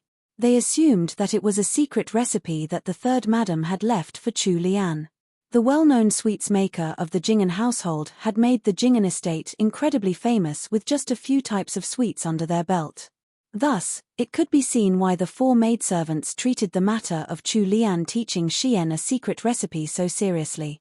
Of course, Chu Lian didn't know any of this. If she ever found out, she would probably burst out into laughter. She had accidentally transmigrated into this darn book without bringing anything from the modern world. Chu Lian might not have had any physical objects that could help her, but she had tons of these worthless secret recipes lying around in her brain. Chu Lian still couldn't understand why Xian was so grateful over a simple recipe for candied kumquats. She didn't want to think too much about it either. Since she had just come to this world, it wasn't too good if she was overly curious about things she should already know. She waved Xian away. "All right, stop making a fuss over such a small matter. You should hurry and make some candied kumquats for me." Xian wiped away her tears with a handkerchief and sniffled.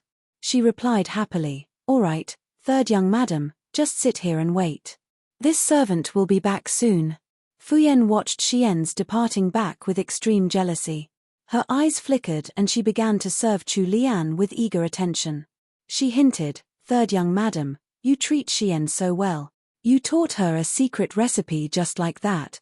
Chu Lian raised an eyebrow as she sipped a cup of warm water. She turned to Fuyan and said, Fuyan, do you want to learn how to make sweets too?" Fuyan's eyes lit up, but she hurriedly suppressed the greed in her heart and said, "This servant doesn't dare to overstep her bounds." Chu Lian didn't speak again, and noticed a glint of disappointment flashing through Fuyan's eyes. She didn't want to base her judgment of these few maidservants' characters off what she had read in the novel. Sometimes, there was no boundary between being a good or bad person. Sometimes, a bad person could become good by simply making the right choice. Thus, as much as she could help it, Chu Lian didn't want to judge them too quickly. She wanted to guide these few maidservants fairly before making a decision. Xian worked quickly. Before 11 a.m., the candied kumquats were done. These sweets were quite simple to make. Xian placed a snow-white porcelain bowl full of candied kumquats in front of Chu Lian, blushing a little shyly. She spoke to Chu Lian, full of overflowing emotion. "3rd young madam, please try it out. This is my first try, so I'm afraid I didn't make it well." The kumquats had originally been a golden color. After they had been cooked and soaked in honey, the kumquats were now an enticing shade of translucent orange. Due to the 4 cuts made while extracting the seeds, they had flattened a little after cooking.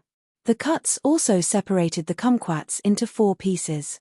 The candied kumquats stood out against the white porcelain like a flower about to bloom. When it was served on the table, a sweet fragrance with tones of citrus and honey began to drift up. Chapter 13, Eating Venison, 1. This chapter has been stolen from Volara novels. Please read from the original source. Chu Lian picked one up with her fair fingers and tasted it.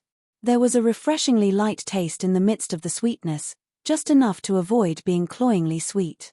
When she bit into it, the chewy texture was accompanied by the taste of honey. And when she swallowed, her mouth was filled with the fragrance of kumquats. It was Xian's first time making these, so she had put a little too much rock sugar during the cooking process and caused the taste to be a little too heavy. Other than that, she had done well. Xian watched Chu Lian's expression anxiously, waiting for her evaluation. Chu Lian finished eating 1 piece and nodded while smiling gently. Everyone, take a piece to try. The other 3 maidservants had already been watching with their eyes wide. Upon hearing Chu Lian's words, they were unable to hold back and they each picked up a piece to eat. They had already been attracted to these candied kumquats the second Xian had carried the plate in. Kumquats were tart when eaten directly, and might even be a little sour depending on the fruit. However, after preparing them in this manner, their tartness and sourness were completely erased. Instead, the special, delicate fragrance and sweetness of the kumquats shone through. The maidservants carefully took a bite, and their eyes immediately lit up. Mingyang nodded bashfully. It was at this moment that Chu Lian realized that she got shy easily. As expected, without something to compare the pumpkin pastries to, all the maidservants would have said that those were the best.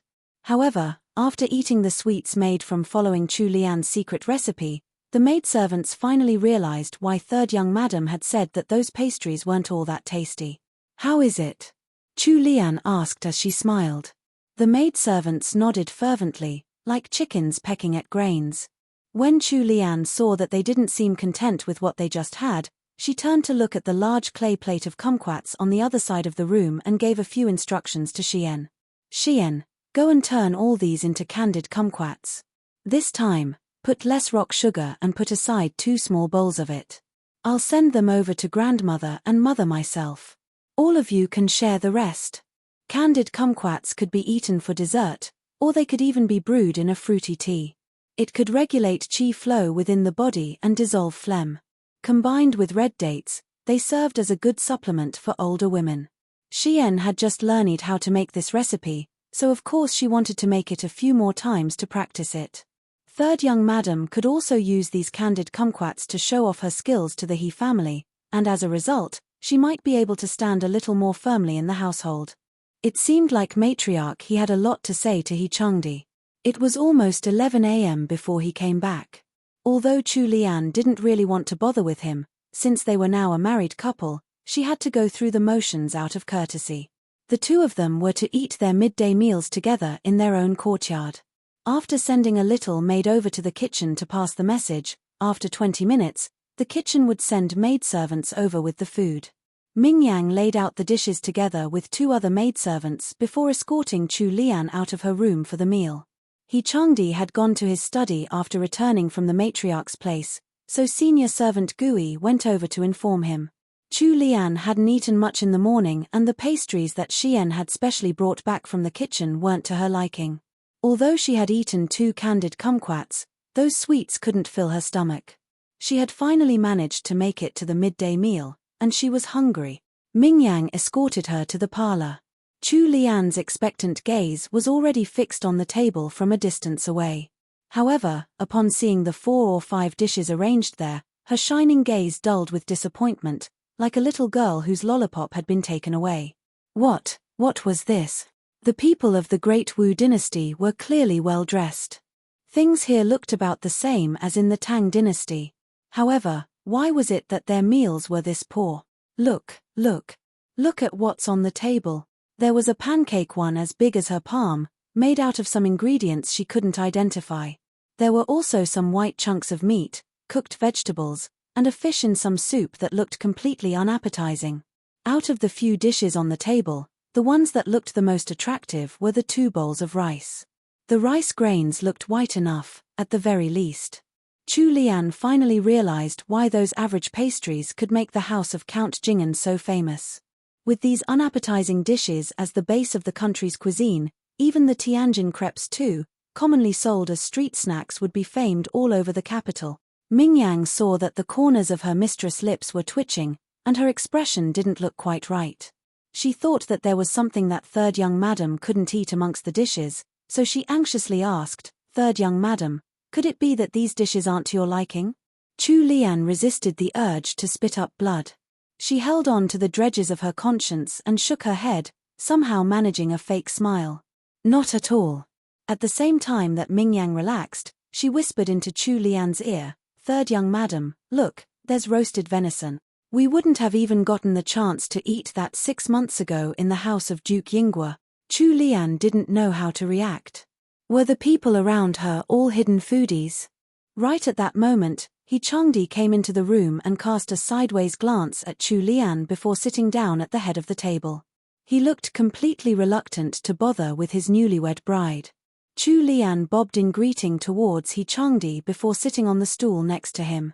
Fuyan and Jingyan, who were serving them from the side, passed chopsticks to both of them. Chu Lian was too busy frowning down at the dishes on the table to notice He Changdi, who was currently observing her in secret out of the corner of his eyes. Upon discovering the expression on her face, he laughed mockingly in his heart.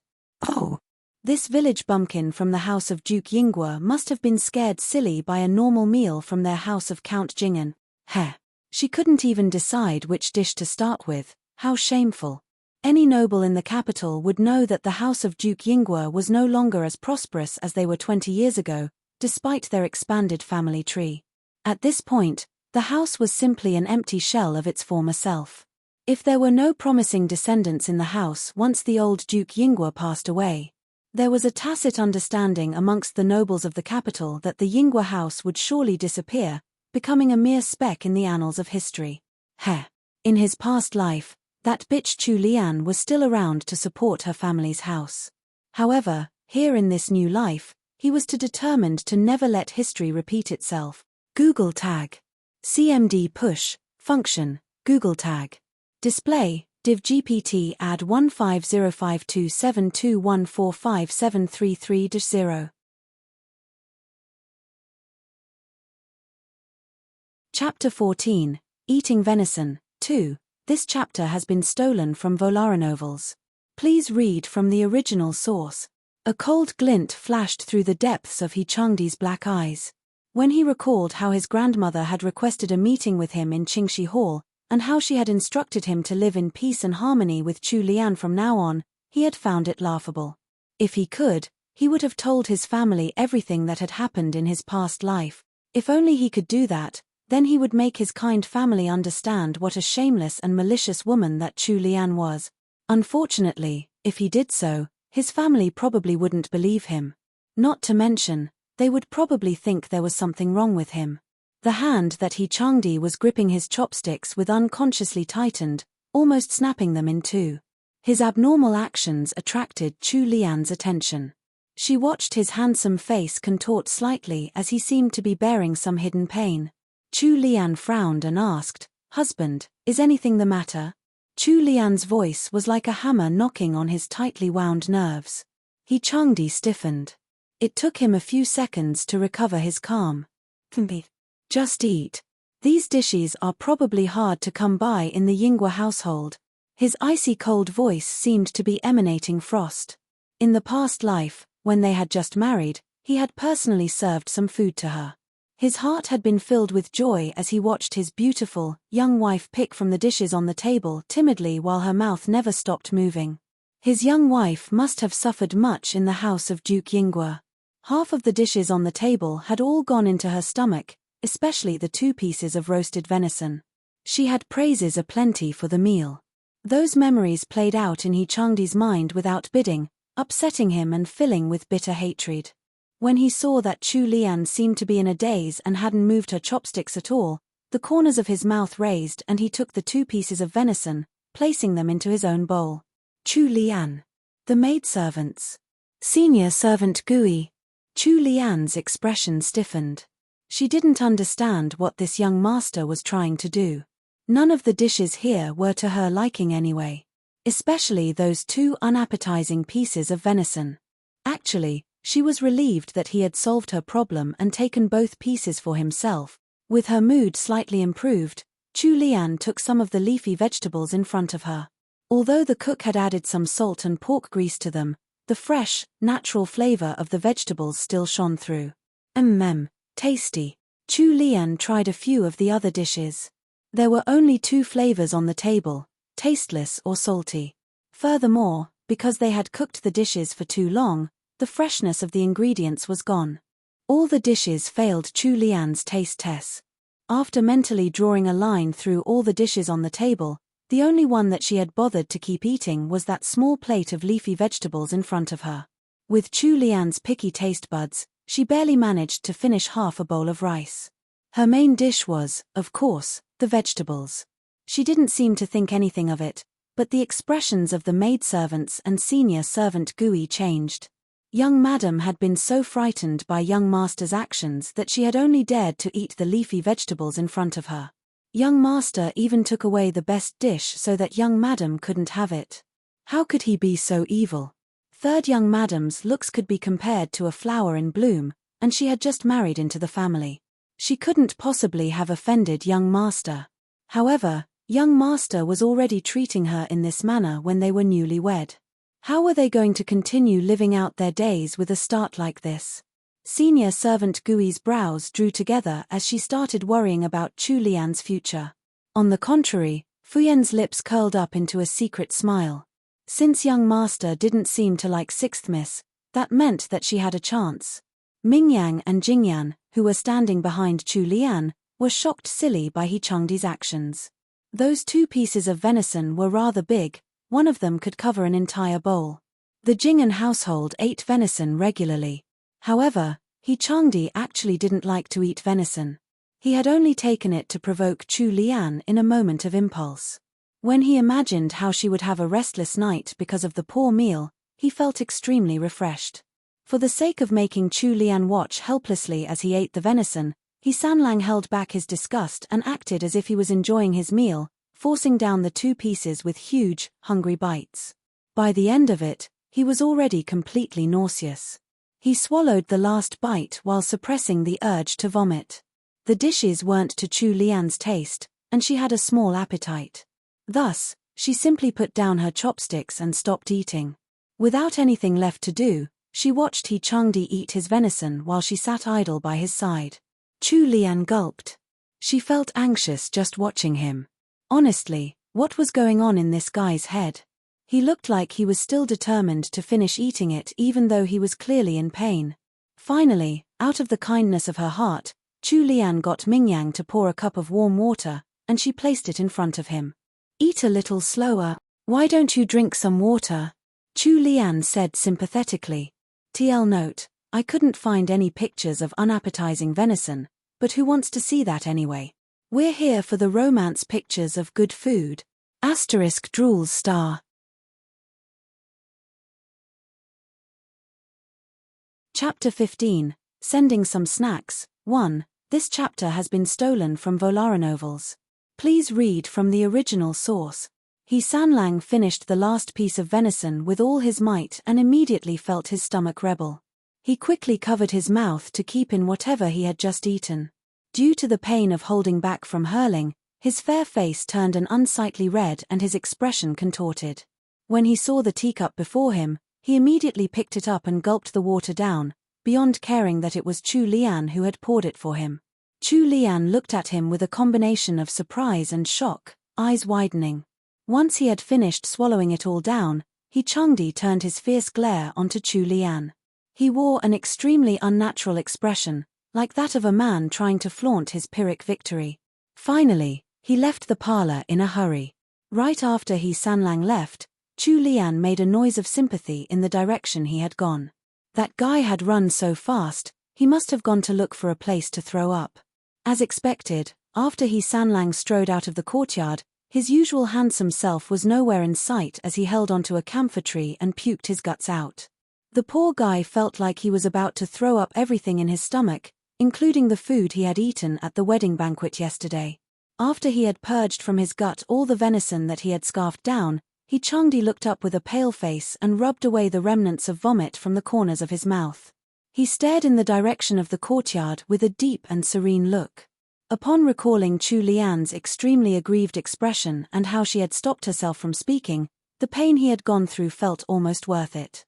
When he had reincarnated back into this life, it was already too close to the wedding day, so he couldn't change their marriage.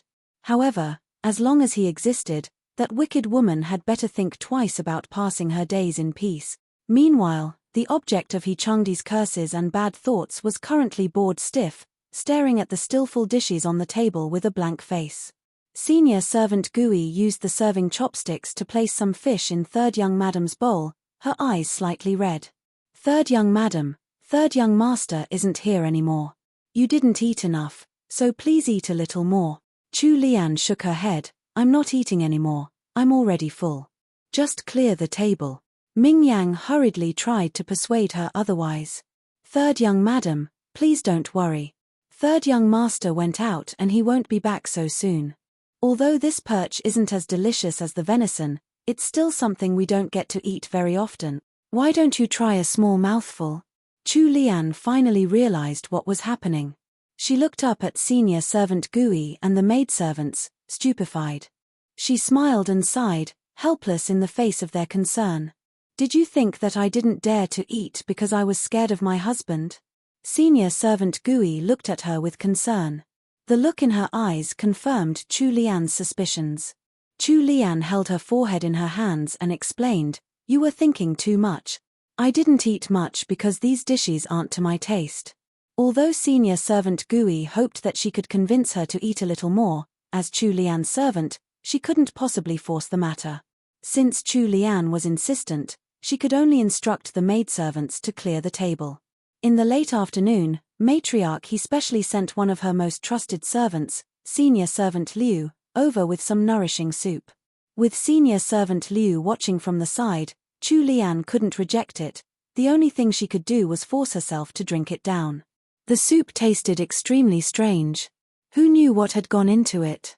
After senior servant Liu took her leave, Chu Lian had to drink 3 cups of water and eat 2 candied kumquats to remove that strange taste from her mouth. After that torture, Chu Lian lost all interest in even taking a nap. She recalled the candied kumquats she had ordered Xian to make earlier, so she got senior servant Gui to arrange them on some pretty plates. Chu Lian then personally set off to send them to matriarch He and her mother-in-law, Countess Jingen. Matriarch He had the habit of taking an afternoon nap, and was still sleeping when Chu Lian arrived at Qingxi Hall. Thus, she passed the candied kumquats to senior servant Liu. When she reached Countess Jingen's courtyard, Chu Lian only spent 10 minutes there before leaving, afraid that she would disturb her mother-in-law's rest. After returning to her own courtyard, she asked for He Changdi's whereabouts. When she heard that he was in the study at the outer court, she decided not to disturb him and went to take a nap, Xian by her side. It was currently spring, right at the time when the air was starting to warm up and the flowers were starting to bloom. The temperature outside was comfortable. The bridal chamber faced the direction of the morning sun, so sunlight was streaming in from a nearby window, warming her up. Xian let down the thin, red curtains on the sides of the bed and left her alone, lying in the exquisitely made bedchamber. Chu Lian rolled about on the soft, fragrant bed, carefree and relaxed. Following that, she placed her arms behind her head and stared at the auspicious drawings on the roof of the bedchamber. Although the husband she had married was completely different from the novel's He Changdi, Chu Lian didn't feel any regrets or fear. She was naturally optimistic and independent, and had never ever been pessimistic in her life. Back in the modern world, she had been an orphan who had built her own business from scratch. However, she hadn't made many friends, and had never found her better half. Although she had come to the Great Wu dynasty by accident, Living here or living in the modern world was all the same to her. Besides, she was 10 years younger here and had even gotten a free handsome husband to boot. Although it was true that her husband was a little strange, Chu Lian wasn't discouraged. If she could easily pass her days with her husband, then she would do her best to do so. If they really couldn't get along, she could just live as a layabouts as a member of the Jingen household. She would be fine as long as she didn't do anything stupid like the original female lead had. As for He Changdi, if he really didn't like her, there was nothing she could do. She had transmigrated into this world on her wedding day, so everything had already been set in stone. In this ancient era, cancelling a marriage contract, especially one involving the alliance of two families, wasn't something that could be done by just signing a divorce certificate at some bureau. So far, there was no danger in staying in the Jingen estate. Her top priority now was to improve her lifestyle. Right, she should start with her food. Dressed in a thin nightgown, Chu Lian had her legs crossed while lying down on the bed. While thinking up some plans to improve her meals, she wiggled her little feet, completely comfortable in her new environment. However, for some reason, she began to feel hot all over.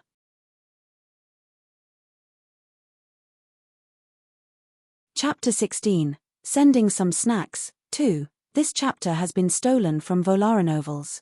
Please read from the original source. In the study in the outer court, senior servant Liu had also delivered some nourishing soup to He Changdi. After throwing up that mid-afternoon, He Changdi hadn't eaten anything else. Now that he was being forced to drink some strange herbal soup, he was already filled to the brim with frustration. He Changdi no longer had the mood to continue reading the letters in front of him. Thus, he stood up and left the study. Lai Yu, his personal manservant, was dozing off while guarding the door outside. He Changdi kicked him to relieve some of his frustration, startling Lai Yu awake. He wiped away the drool at the corner of his mouth and hurriedly asked, "Young master, where are you going at this time?" He Changdi cast a sideways glance at Lai Yu and was about to reply that he was returning to his courtyard. However, he instantly remembered that the wicked woman, Chu Lian, was staying there, so he turned and headed to his mother's courtyard instead. "I'm going to visit mother." Lai Yu scratched his head and followed behind third young master, confused.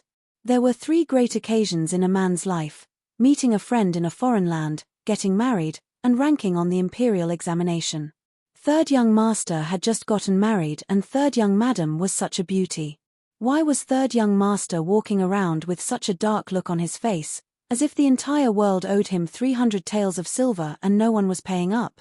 When He Changdi reached his mother's courtyard, Countess Jingen was currently walking about in her room with the support of one of her personal maidservants.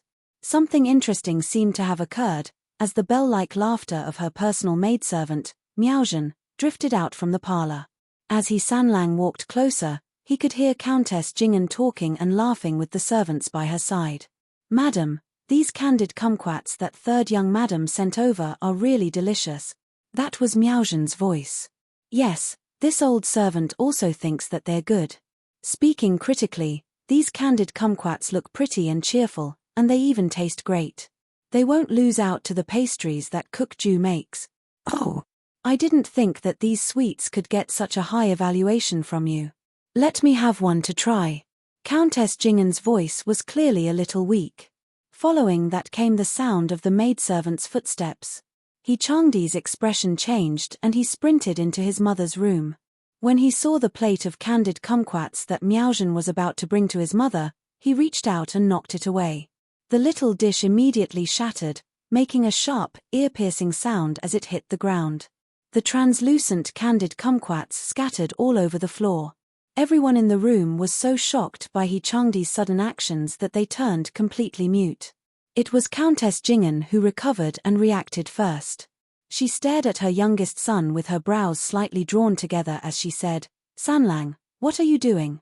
Your wife personally delivered these to me this afternoon as a gift." He Changdi finally realized that he had acted too impulsively. However, upon thinking of the ploys that Chu Lian had used in his past life, he felt that he hadn't done anything wrong. "Mother, you're not well. You have to be careful with what you eat. Don't let it affect your body. No one knows a man better than his own mother." Countess Jing'an seemed to have detected something from He Changdi's flickering eyes. She sent away the servants in the room before she asked her son, "I heard from senior servant Liu that you don't seem to be very happy with your wife. Is this true? Tell mother why you're so unhappy with her. She came to visit me this afternoon, and she seems like a good child." He Changdi was astounded. He inwardly sneered. Who would have thought that that wicked woman, Chu Lian, would actually try and play this game while he was away? She had even come to curry favor with his mother. "Mother, don't think too much about it. Nothing's wrong. I'm just worried about your health." Seeing that He Changdi wasn't willing to speak the truth, Countess Jing'an could only sigh. "Sanlang, mother worries the most over you. If you don't pass your days in happiness, how can mother relax?" He Sanlang's expression was extremely dark when he left Countess Jing'an's courtyard. By this point, he had already heard of what Chu Lian had done earlier in the afternoon. So she had been up to something while he wasn't around. He walked towards his courtyard in a huff. Lai Yu scratched his head as he followed behind his master. He found that he really couldn't understand third young master anymore. Chu Lian napped for an hour in a daze. She woke up in the most uncomfortable way, covered in sweat and stifled. Thus, she ordered Jingyan and Mingyang to prepare a hot bath for her. She had just entered the fragrant hot bath when she heard Mingyan's alarmed voice outside. Third young master, it's not convenient to meet third young madam at this time. Please wait for a moment before going in."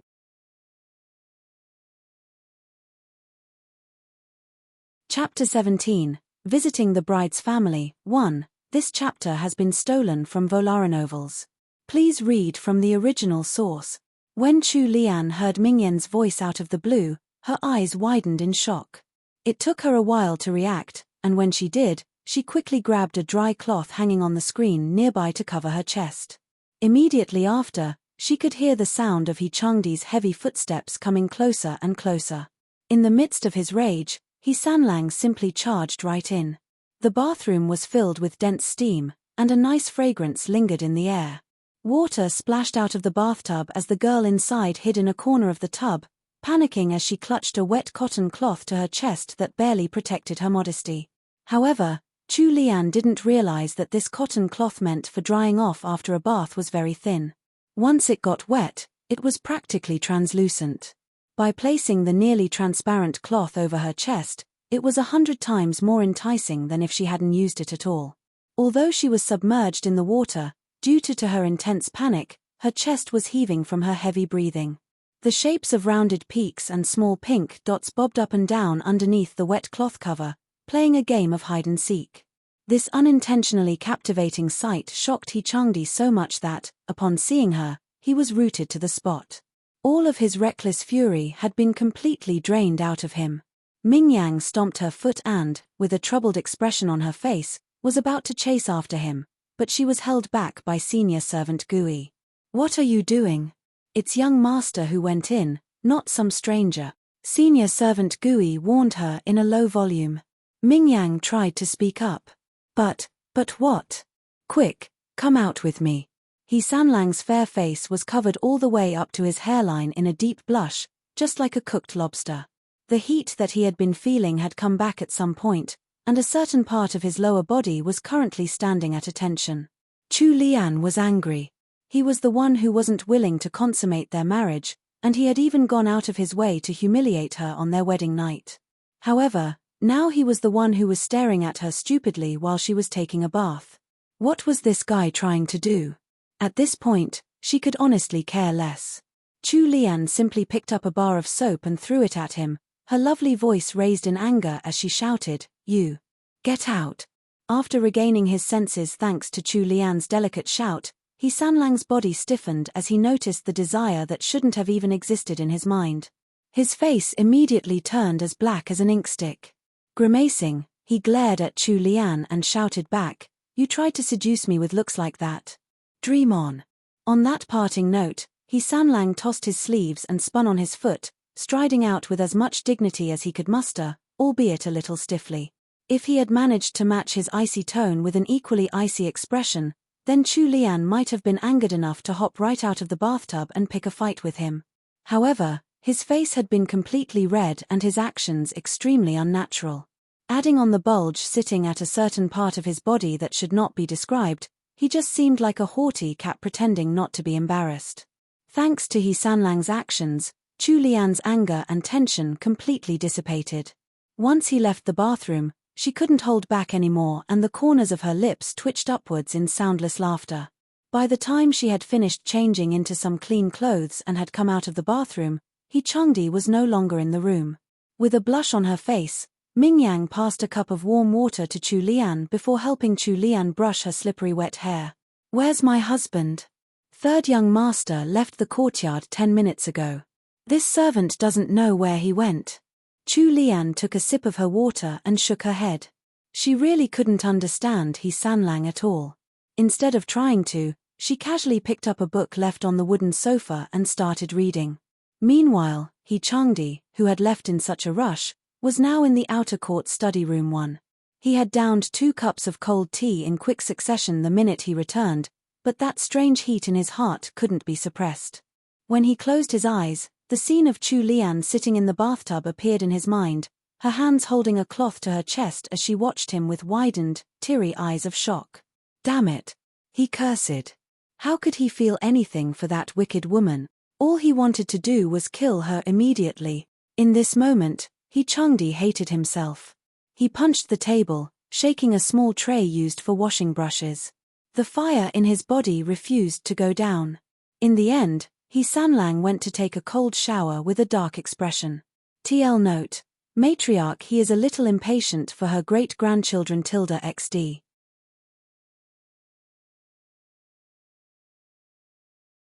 Chapter 18, Visiting the Bride's Family, 2. This chapter has been stolen from Volara Novels. Please read from the original source. At night, He Changdi and Chu Lian attended a family dinner at the outer court's parlor room. After the dinner, the eldest son of the family requested a meeting with them. From the head of the table, He Changchi gave his brother strict instructions. "Sanlang, your wife is going to return to her maiden home tomorrow. One, promise me that you'll take care of everything, and don't let our He family lose face. Understand?" He Changdi agreed expressionlessly. Chu Lian secretly gave her eldest brother-in-law a thumbs up. He Changchi was just like the novel had described. Although he looked a little rough, he was actually a careful person who treated his sister-in-law with consideration. As the saying "an elder brother is like a father" goes, He Changchi was a good brother, without a doubt. He must have seen how they weren't getting along, so he had gotten them to stay back just to give a reminder to He Sanlang. "Sister-in-law, my brother was spoiled rotten by my grandmother and mother. Please be more understanding with him." Chu Lian hurriedly gave a greeting and replied, "Yes, older brother." He Changchi only spoke a few more words to them before letting them go. By this time, the entire Jing'an household was already covered in the darkness of night.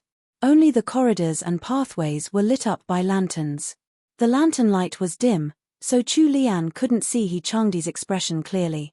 She could only feel that he was in a bad mood, like a caged beast.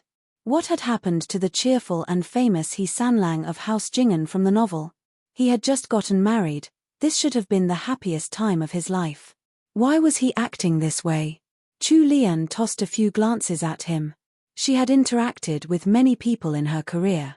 Although she didn't understand why this He Sanlang was different from the original character in the book, or why he seemed to hate her, she knew that he wouldn't tell her anything if she asked him right now. The two newlyweds should have been happily in love, but they were more like 2 cold porcupines, unwilling to get close to each other. Once they returned to their courtyard, He Changdi went straight to the study. Chu Lian couldn't be bothered with him and simply went to wash up and get ready for bed. It wasn't until late that night that He Sanlang entered the bedroom.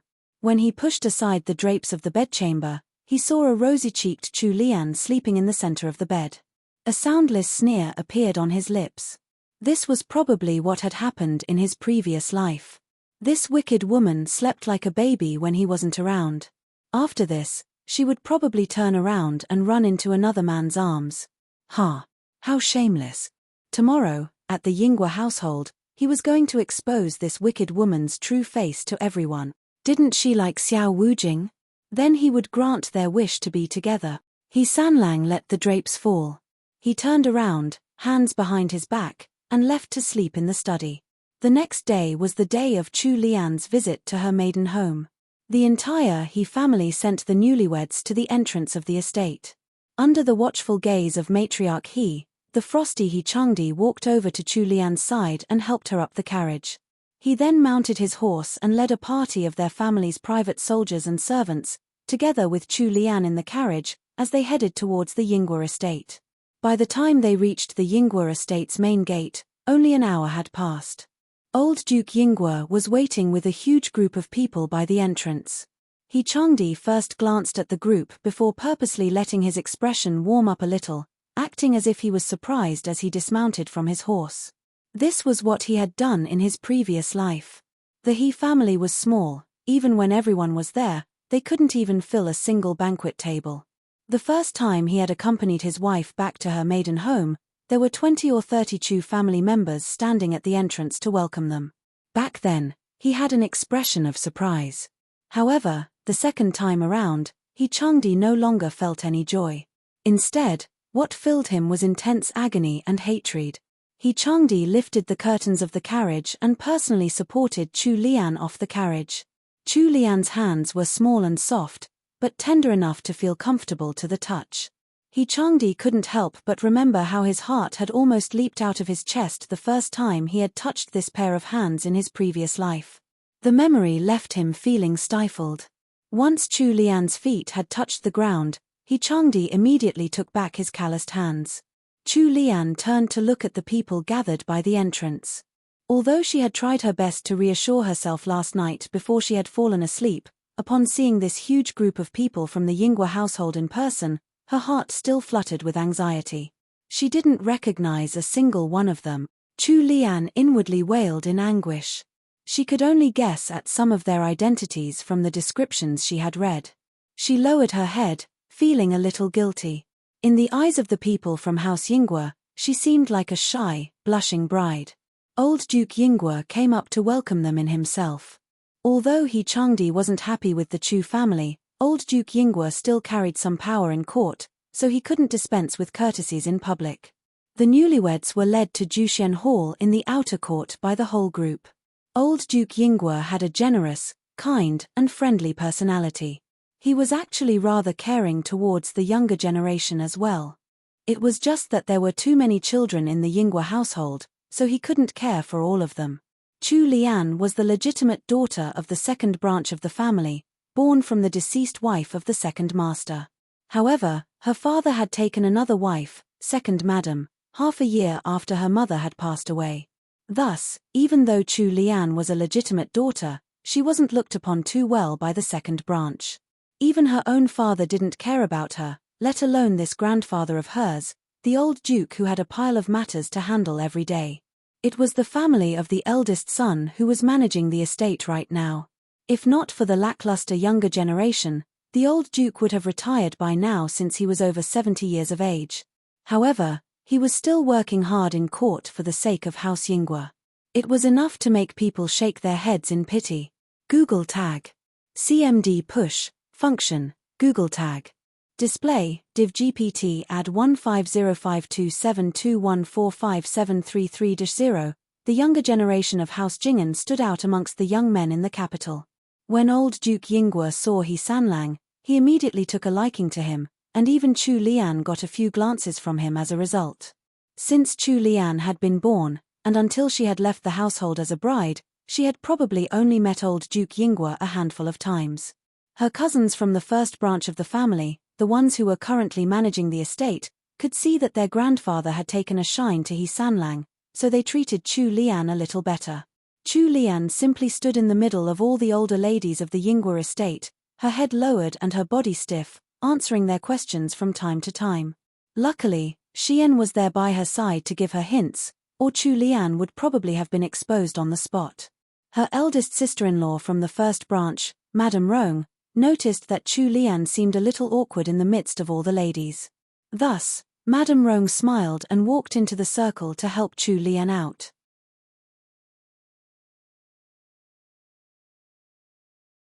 Chapter 19, Visiting the Bride's Family, 3. This chapter has been stolen from Volara novels. Please read from the original source. Sixth sister, you've only just gotten married and you're already looking so radiant. There are too many people in the outer court right now, so how about us ladies go to the inner court to talk? Your brother Rong just brought back some new tea leaves from Yubei a few days ago, so we can all have some tea while we chat. Madame Rong helped Chu Lian out of the crowd, and in a short moment, a large group of young ladies, both married and unmarried, followed behind them. The previous Chu Lian actually hadn't been too familiar with her older cousins from the main branch, let alone the current Chu Lian. Tightly gripping her sleeves, Chu Lian tried to encourage herself. Going by the universal rules of this era, since she had married into the house of Count Jingen, she was now considered a member of their household. Her actions no longer represented House Yinghua and were instead seen as the actions of House Jingen. Thus, even though she was now back at the Yinghua estate and mingling with the people of the Yinghua household, she was here as a distinguished guest, rather than a lady of their house. Although House Yinghua was long past its glory days, it was still a noble house. Furthermore, old Duke Yinghua seemed to have taken a liking to He Sanlang. No matter how jealous or unhappy these ladies might be, they wouldn't dare make trouble for her here and offend House Jingen. Anyway, in the original novel, these ladies hadn't made any trouble for Chu Lian when she had returned to her maiden home. There had only been 2 unhappy incidents and a meeting with a certain person, while everything else had gone smoothly. After thinking it through, Chu Lian's mind settled down, and her body relaxed as well. The crowd of ladies entered the inner court of the Yinghua estate in a cacophony of noise. Tea and sweets had already been prepared in a pavilion next to a flower garden. Sixth sister, you must have gotten used to the sweets of the Jingen estate. Surely the sweets of our estate can't be compared to those. The speaker was covering her mouth with a fan, but it wasn't enough to hide her sharp tone. It was the legitimate daughter of the main branch, the 5th Miss of the Yinghua household, Miss Su.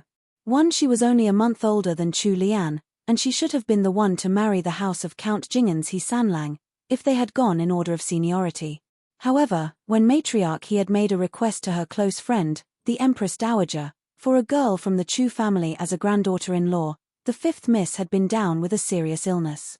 When an imperial physician had come to look at her, even the physician wasn't sure if the 5th Miss could be saved. Thus, the engagement had been given to the 6th Miss, Chu Lian.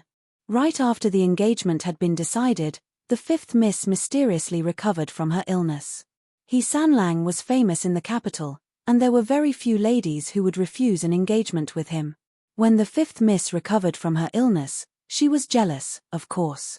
Now, Chu Lian had come back to visit her maiden home, all radiant and dazzling, without any traces of the wretched appearance she had had when she was still living in the Yinghua estate.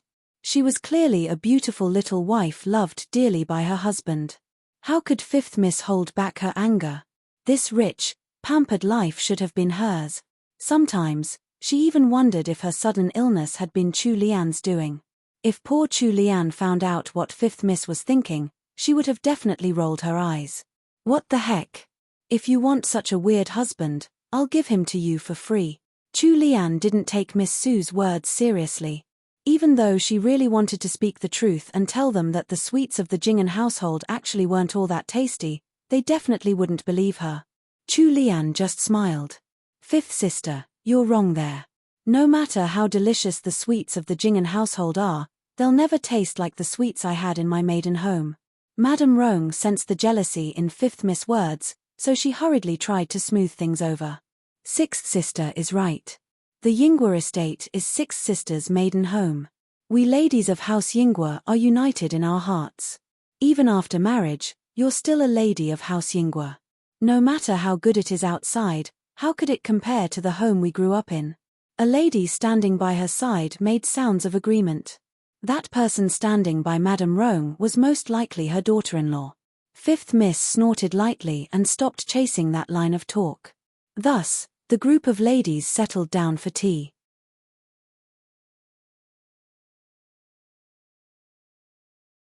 Chapter 20, Visiting the Bride's Family, 4. This chapter has been stolen from Volara novels. Please read from the original source. When Chu Lian saw from the corner of her eyes that one of Madame Rong's senior servants had gone to fetch the tools for brewing tea, her expression changed imperceptibly. She recalled that the novel had mentioned how Chu Lian had shown off her censure brewing skills to this group of ladies on the day of her visit to her maiden home. Before she could think of a game plan, Madame Rong happily spoke up. "Sixth sister, we've long heard of how Sixth sister is the best at brewing censure in our house. I wonder if we could have the honor of tasting it today?" Chu Lian's black eyes darted about. "I can only do my best and hope my dear sisters won't laugh at my poor skills then." There was nothing to gain for the unmarried ladies if they competed with Chu Lian. This was a small group consisting of family members, and Chu Lian had already married out of the house. Thus, the ladies were smart enough to give Chu Lian some respect, at least for now. Other than the unhappy fifth Miss Su, everyone took turns asking about Chu Lian's life in the Jing'an estate one after the other. However, Xian showed a little worry on her face as she served her mistress from behind. Sixth Miss had said that she didn't like to drink censure anymore. She wondered if it would affect her brewing skills today. Chu Lian kept calm and maintained a gentle, charming expression on her face, without any trace of anxiety. Upon seeing this, Xian slowly calmed down as well, thinking that Sixth Miss was likely confident in her skills. Somewhere further away, without Chu Lian's knowledge, there was a slightly feminine-looking young man looking at her voraciously. Madame Rong's senior servant worked fast. Within a few minutes, she had already retrieved the set of tools required for brewing, and she placed them one by one on the stone table. The small pot used to boil water was right next to Fifth Miss, so Madame Rong asked Miss Su to pass the small copper pot to Chu Lian. Fifth Miss had already been looking for a chance to make trouble for Chu Lian. When Chu Lian reached out to receive the pot, Fifth Miss let go of the pot without waiting for her to hold it properly. Normally, Chu Lian would have been able to catch it safely. However, she had just been trying to think of a way to avoid showing off her censure brewing skills, so she went with the flow and pretended not to catch it. The hot surface of the pot brushed across the back of Chu Lian's hand, leaving behind a small patch of red. She cried out in shock and held onto her hand. The copper pot landed on the floor with a loud clang, and the hot water splashed everywhere, causing the gentle ladies to shout. In a short moment, the pavilion was in chaos.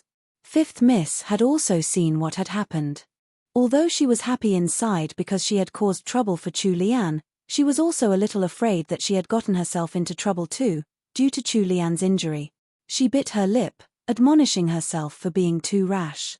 Xian suffered a huge shock and quickly pulled Chu Lian's hand over, pushing up the long sleeves.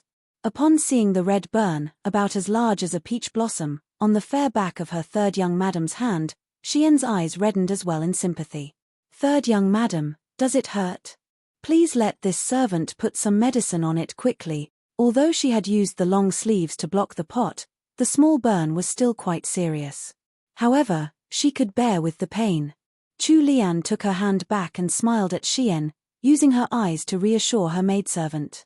On the other hand, it was Madame Rong who thought that Miss Su had acted out of line when she saw Chu Lian's burn. She glared at Miss Su and pulled Chu Lian's hand over. "Luckily it's not too serious. Hurry back to your courtyard here and apply some medicine. This place isn't too far from your Anxiang court." When she heard Madame Rong mention Anxiang court, Chu Lian sighed inwardly. This was what the author had written in the original story after all. No matter how hard she had tried to avoid it, it seemed like there was a strange power pulling her along the original path of the story. Miss Su lowered her head, not daring to explain herself. Chu Lian couldn't help but feel a little helpless. Someone was getting in trouble because of her, but it had been necessary. She had to play long to get out of brewing censure. Although Miss Su had indeed wanted her to make a fool of herself, Chu Lian had also used Miss Su for her own selfish reasons. Feeling a little guilty inside, she said, "Eldest sister-in-law, please don't get angry at fifth sister. I was careless and dropped the pot. It's not fifth sister's fault." Miss Su glared at her discreetly, the meaning in her eyes clear. "I don't need you to take the blame for me, you goody two-shoes." Chu Lian decided not to continue explaining. Instead, she turned and followed one of Madame Rong's senior servants to Anxiang Court. Anxiang Court was the courtyard that Chu Lian lived in while she was still at the Yinghua estate. Although she wasn't favored in the Chu family, she was still a legitimate daughter of the house after all. There were differences between daughters born of the legitimate wife versus those born from concubines. In the Yingwa estate, legitimate daughters didn't have to squeeze into a single courtyard with the rest of her sisters. However, right after Chu Lian left, Madame Rong found that the expressions of some of the ladies from the second branch seemed a little off. When Chu Lian was no longer in sight, Madame Rong's expression turned serious and she coldly asked, "What's wrong now?" "It's just a simple visit from your married sixth sister. Why can't we have everything go smoothly?" Madame Rong was the wife of the first son of the main branch. She usually stayed in the East Compound and would rarely visit elsewhere in the Yingwa estate, so she wasn't up to date with the latest news in the West Compound. Upon seeing Madame Rong's expression turn darker and darker, one of the ladies hurriedly stepped out to speak. "Eldest sister-in-law, eighth sister moved into Anxiang Court yesterday." "What?" The eighth Miss Yuan, was the daughter born from the second wife of second master. She was 3 years younger than Chu Lian. The one who had just spoken was the third branch's legitimate daughter, the ninth Miss Fu. Madame Rong felt a headache coming on. Chu Lian had just married out of the estate, and after only 3 days, on her visit to her maiden home, her courtyard had already been taken up by someone else. If this happened to any other lady, they would be unhappy too. Grandfather was intent on striking up good relations with House Jingen through sixth sister. However, sixth sister had just come back for a visit and so many troublesome things had already happened. Would she even think of helping the Chu family in the future? You, little Yuan, you're too thoughtless." Miss Yuan refused to admit any wrongdoing and raised her chin as she talked back at Madame Rong. "She's already married and no longer one of us. Why can't I move into Anxiang Court? I'm also one of father's legitimate daughters. My mother agreed to it too." Madame Rong's face flushed red in her anger. She tossed her sleeves and chased after Chu Lian. Seeing this situation, fifth Miss started to feel a little pity for Chu Lian instead. However, after remembering that Chu Lian had a handsome and caring husband, fifth Miss thought that she didn't deserve her pity in the slightest. With Xian supporting her at the side, Chu Lian recalled the events in the novel as she walked. Upon returning to her maiden home, the Chu Lian from the novel had also found out that her courtyard had been taken over. Aggrieved and angry, she had gone alone to the small bamboo forest in the inner court for a walk to clear her mind, leaving her maidservants behind. That was when she had met Xiao Bojian. Google Tag. CMD Push, Function, Google Tag. Display, div GPT add 1505272145733-0. Chu Lian walked slowly as she made her way to Anxiang Court. She didn't have the mood to admire the rather impressive scenery by the sides of the path. The depths of her pupils were cool, she was no longer the original brain-dead female lead. Xiao Bojian was full of wild ambition, she wouldn't be interested in a man like that even if he were the last one in the world. However, Chu Lian didn't know that she already gained a follower on the path to Anxiang Court. He Sanlang had left the outer court with the excuse of going to the restroom, and he had been slowly following behind her, closely watching her every movement.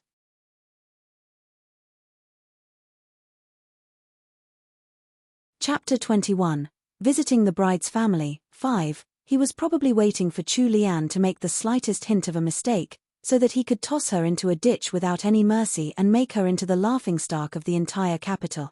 Sixth Miss, we just have to pass through that arched doorway and make a turn, and we'll reach Anxiang Court. Please walk slowly, the path isn't very smooth here. Xian reminded her. She was sixth Miss' personal maidservant and had served by her side since they were young, taking care of every aspect of sixth Miss' life. She had spent the same amount of time in Anxiang Court as sixth Miss had. Now that sixth Miss had returned to her maiden home after marrying out of the household, Xian's memories of the past had been awakened. She completely forgot about calling Chu Lian third young madam. Xian's eyes were full of nostalgia, as if even a blade of grass could trigger her memories. She carefully helped Chu Lian slowly walk along the tree-lined path of the Yingwa estate. However, Chu Lian's mood was completely different from Xian's. She knew nothing about this place. All she knew was from that book, and that was her sole advantage here. After passing under the quaint doorway and walking past a garden full of azaleas, greenery came into sight. Chu Lian's eyes widened in surprise. This was Anxiang Court. An exquisite little residence sat in front of her, hidden in a dense bamboo forest. Only the corner of the eaves peeked out from the lush greenery. There was a small lotus pond with a decorative mountain inside the water, right in front of the residence. Based on the features of the land and the scenery, it was indeed a nice place to live. However, since this courtyard was covered in bamboo, could someone tell her exactly which bamboo patch Xiaobo Jian was hiding in? Where had the original female lead met him? Xian looked extremely happy. She pointed to a part of the bamboo forest and said, "Sixth Miss, look at this. The shoots by the mottled bamboo have already grown out. It's just been a few days, and they've grown really fast. You were even saying that we could dig them out and make pan-fried bamboo shoots to eat just a few days ago."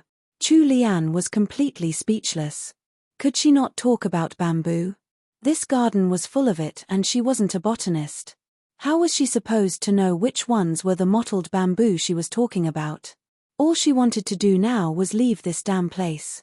Chu Lian purposely sucked in a breath at the right time, coupled with a grimace. Xian heard the sound and checked the burn on her hand anxiously. "Sixth Miss, does it hurt? This servant will look for some burn salve for you right now."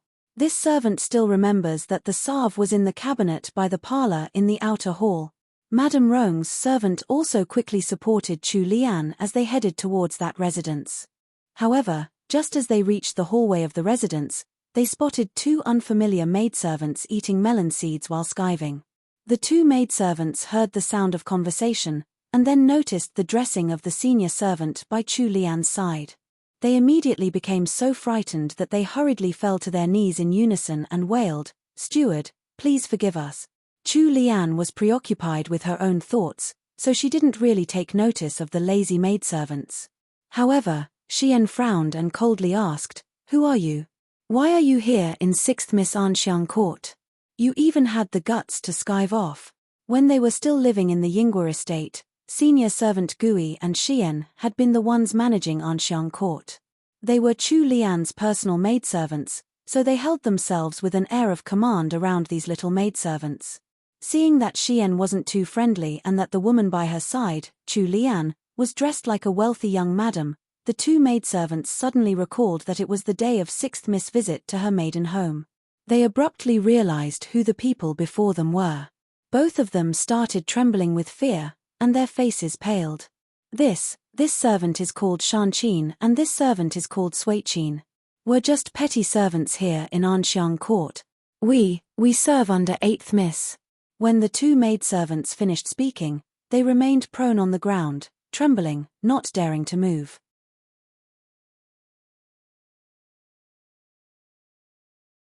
Chapter 22, Visiting the Bride's Family, 6. This chapter has been stolen from Volara novels. Please read from the original source. When she heard the maidservant's reply, Xian clearly looked stunned.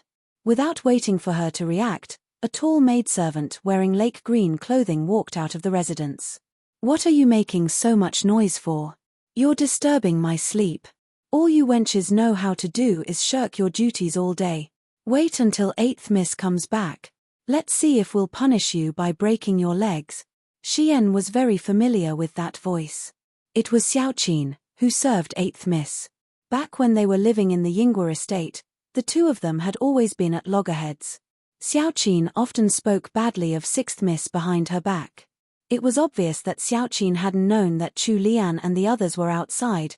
It wasn't until she walked out that she spotted Chu Lian and Xian. Sixth Miss. Xiaoqin gulped and greeted Chu Lian with a guilty conscience. As if she had just recovered her senses, she bobbed in greeting to Chu Lian as well. Xian's expression was now extremely ugly. The senior servant who had accompanied Chu Lian here had also realized what had happened. Right after 6th Miss had left the house to get married, her courtyard in her maiden home had been taken by someone else. They hadn't even waited until after her customary visit to take it over. Anyone would be furious at this. You've gone too far. Xian couldn't resist protesting this unfair treatment for her mistress. The senior servant's expression didn't look too good either. She inwardly scolded 8th Miss for not knowing better. Even if 8th Miss had taken a liking to this courtyard, she should have waited for a period of time before moving in. Yet, she had moved in this quickly anyway.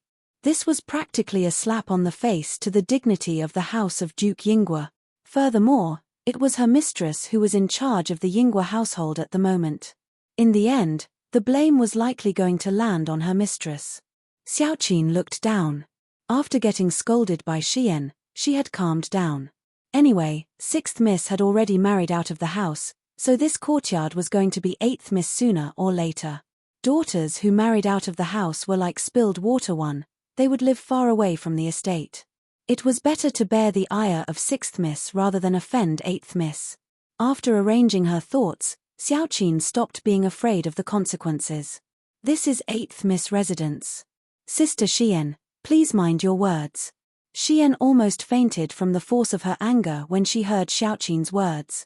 However, upon thinking of Chu Lian and realizing that she was probably the one who was the most hurt and angry at the moment, she hurriedly turned to reassure Chu Lian.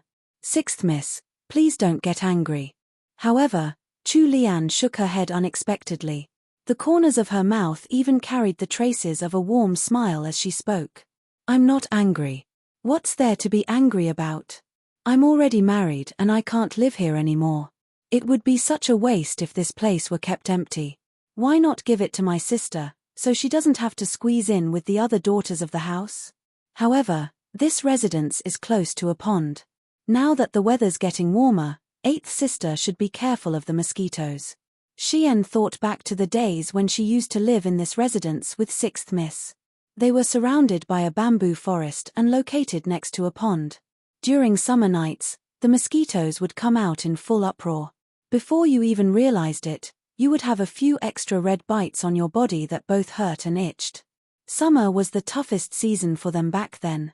Other misses only saw the beautiful scenery of this Anxiang court and had never experienced the pain of living here. Now that she knew how that arrogant, unruly 8th Miss was going to suffer like they once had, Xian cheered up immediately. Momo, would it be possible to take me over to eldest sister-in-law's place for some medicine? Chu Lian asked, smiling as she addressed Madame Rong's servant. The senior servant couldn't react in time for a moment. After she finally regained her senses, she warmly replied, 6th Miss, of course it's possible. Eldest Madam has a bottle of high-quality snow cream that can treat burns. This old servant will guide you there. Chu Lian had just turned around when she heard a delicate voice angrily shout, Chu Lian, don't think that I'll move out of Anxiang Court just because you said that. I'm telling you, Anxiang Court is mine now. Don't even think about staying here another night from now on.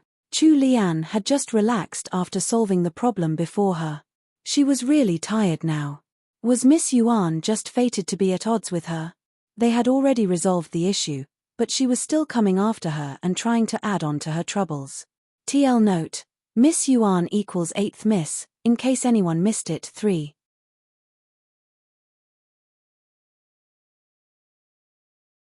Chapter 23, Xiaobo Jian. 1. The moment Chu Lian turned around, she saw the 8th Miss, Miss Yuan, standing at the entrance to the courtyard, looking both flustered and exasperated. However, Chu Lian's expression wasn't the calm mask hiding a trace of anger that Miss Yuan had expected. Not only that, but Chu Lian was even smiling generously at her. Actually, upon remembering how Miss Yuan was to marry a bastard of a husband in the future, Chu Lian was full of sympathy for her. Since 8th sister likes this courtyard so much, it must be fated for you. There are a few spots in this courtyard where it's nice to admire the scenery alone.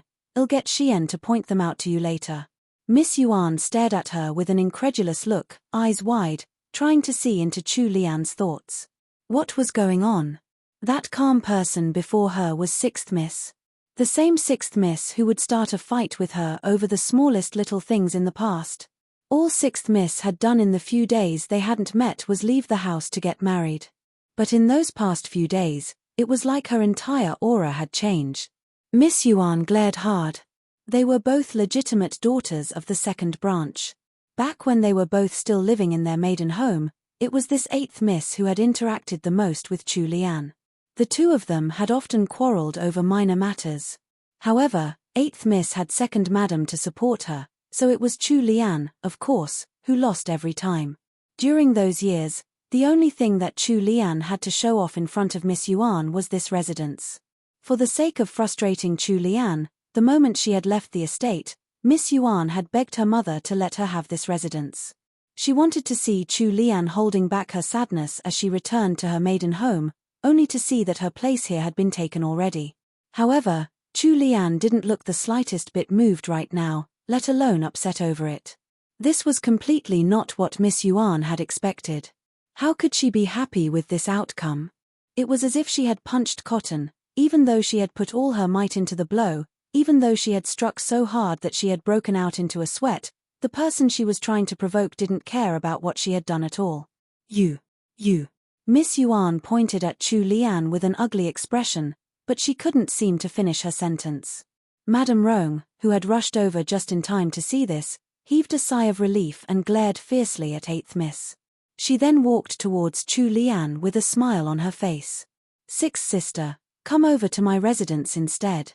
It's not too far from here. If 6th sister thinks it's too tiring, we can rest at the pavilion near He Court. I'll let the servants retrieve the cream. Chu Lian thanked Madame Rong and brought Xian along with her as she followed Madame Rong to He Court. The main branch of the Yinghua house lived in the east compound, and it was quite far away from the west compound. Chu Lian was afraid that she would encounter some unwanted trouble along the way, so she politely declined Madame Rong's offer to go to her own courtyard, and instead, they stopped at He Court. He Court wasn't too far from Anxiang Court, and there was no one living there right now. It had been the previous residence of the matriarch of House Yinghua. After she had passed away, it had been left empty. There was a pavilion in the begonia forest within He Court. The scenery here was beautiful, and the Yinghua ladies liked to take walks here and have a peaceful break. Madame Rong seemed to be afraid that the ladies of the house would cause more trouble, so she didn't dare to let them follow along. Using the excuse of having a heart-to-heart talk with 6th Miss, Madame Rong brought Chu Lian away and personally accompanied her as they walked and chatted.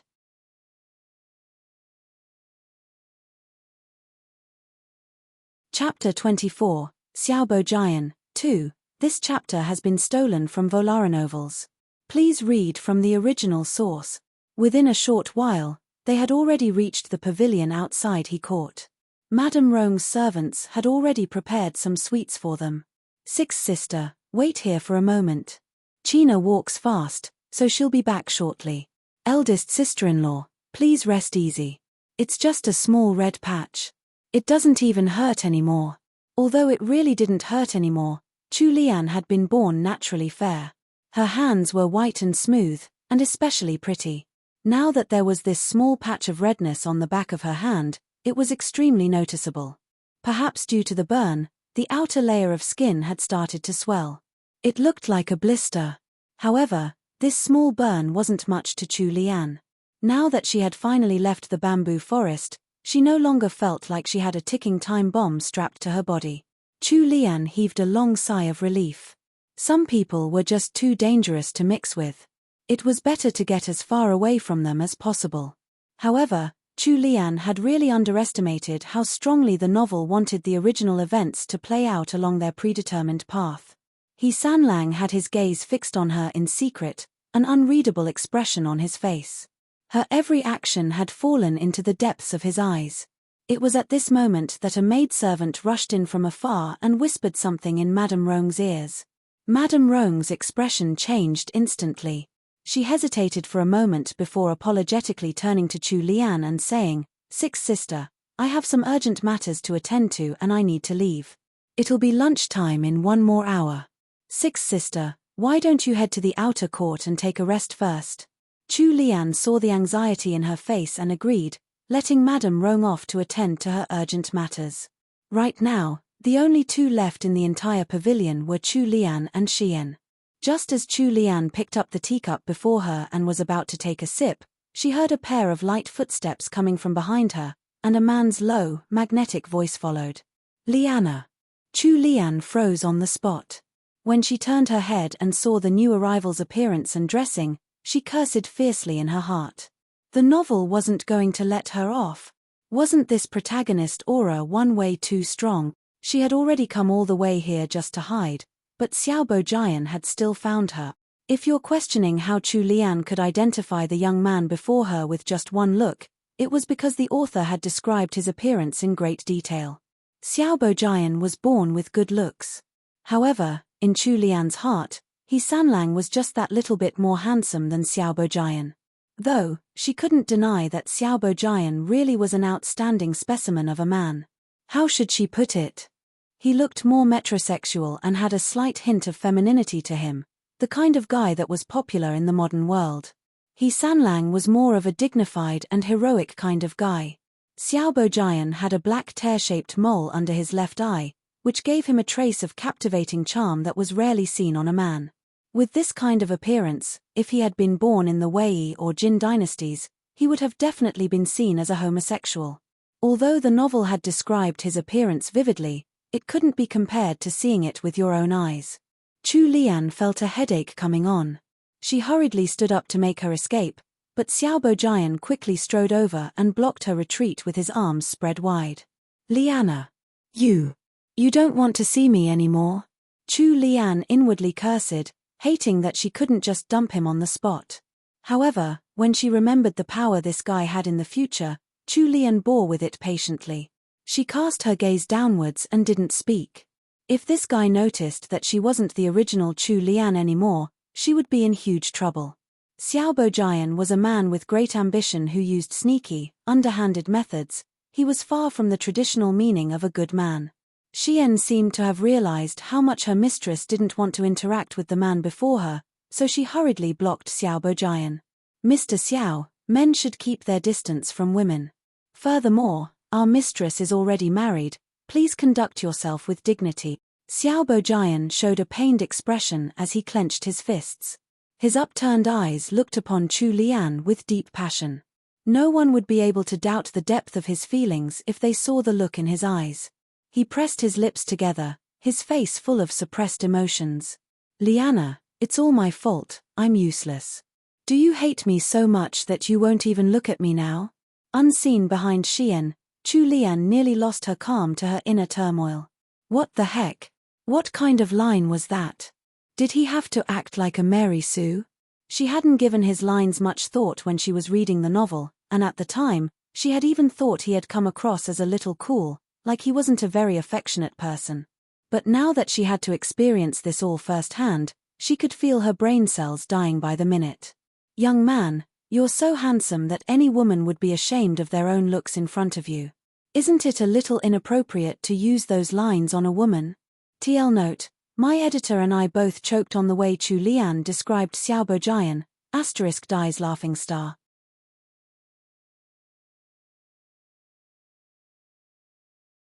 Chapter 25, He Sanlang Saves the Day. 1. Chu Lian really wanted to refute him like this. I really don't want to see you anymore.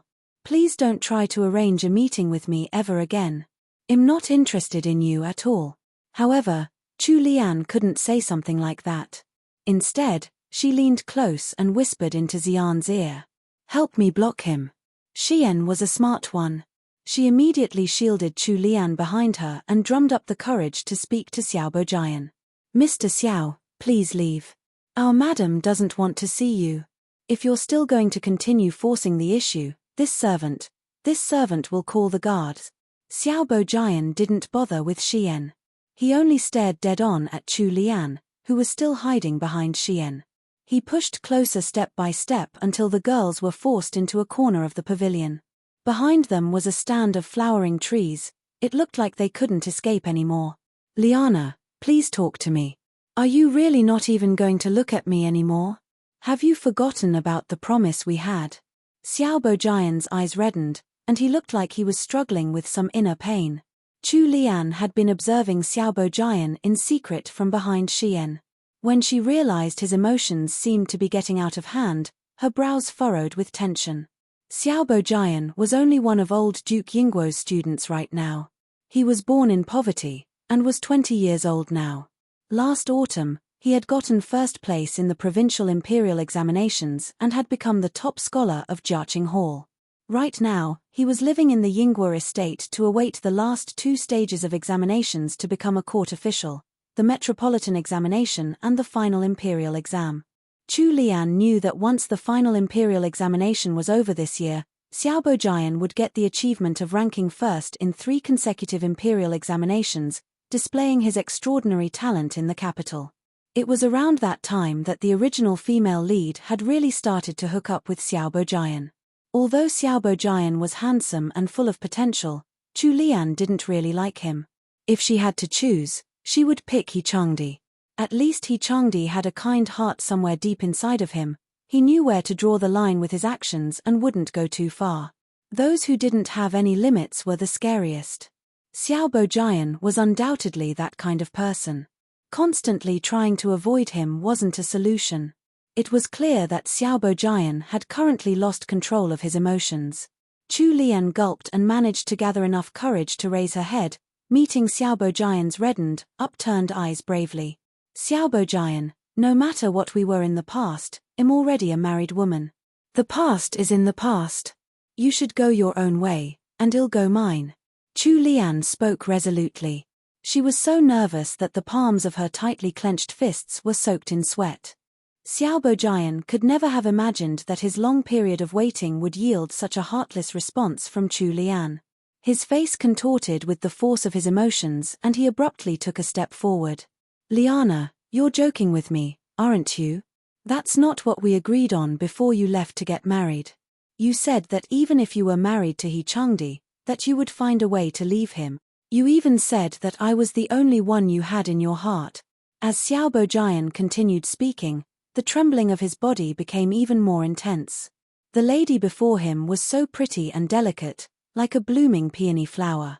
Her elegant beauty and that subtle fragrance gave him the urge to pull her into his embrace and protect her from the world. He couldn't bear to see her suffer the slightest bit of pain.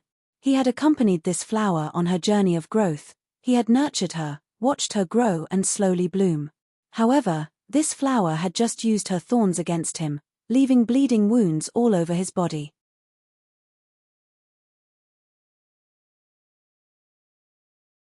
Chapter 26, He Sanlang Saves the Day, 2. Chu Lian had only wanted to make things clear with Xiaobo Jian. No matter how much the past Chu Lian had liked him, that had nothing to do with her now. She hadn't expected that Xiaobo Jian would lose control after she had made her intentions completely clear. This didn't look good. Chu Lian felt helpless. Why was everything exactly the same as in the novel, except for Xiaobo Jian and He Sanlang? He Sanlang had become bipolar and Xiaobo Jian couldn't handle the slightest bit of emotion. Her dream of living a peaceful life was flying further and further away. Her demands weren't too outrageous, right? All she wanted to do was to live happily and peacefully as a layabouts. She didn't want to attract any trouble at all. Xiaobo Jian, we should all calm down. Some things can't be forced. Chu Lian really had her hands tied. This place was so remote and quiet, and it was also the day of her visit. All the maidservants in the inner court had gone to the outer court to help out, leaving not a single person to be found around here.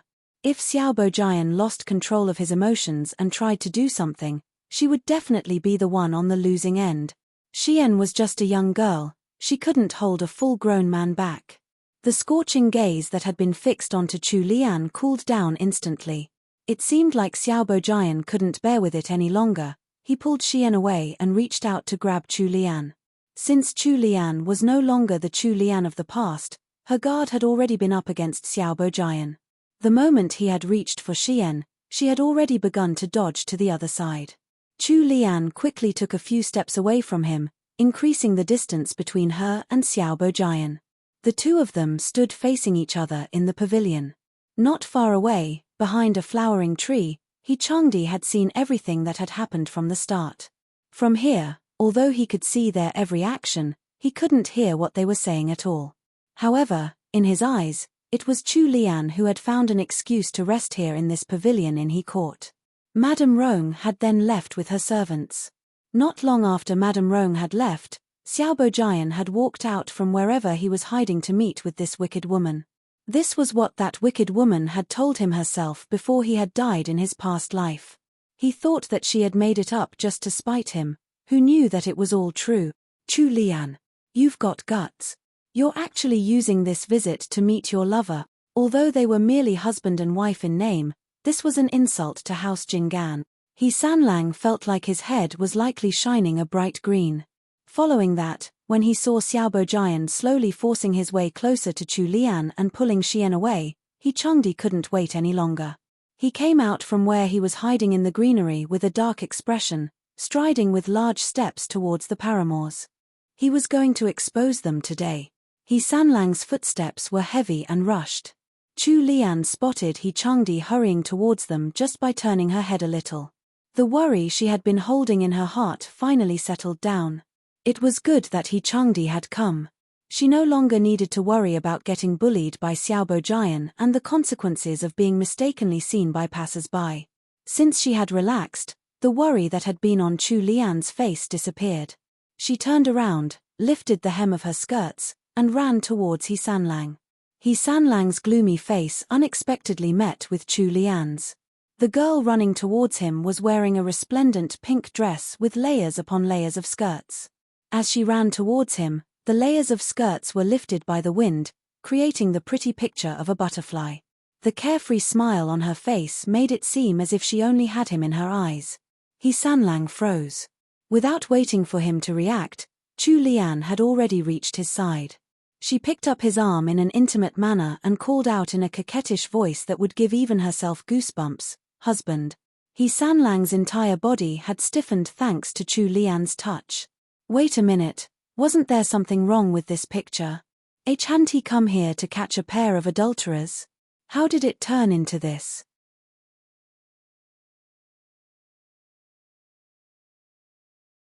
Chapter 27, Explanations. 1. Of course, Xiaobo Jian was watching all of that happen.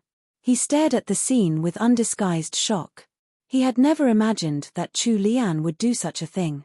She had promised the rest of her life to him in secret before her marriage, yet she was now hugging another man's arm and acting like a spoiled child, completely dependent on her husband of only a few days.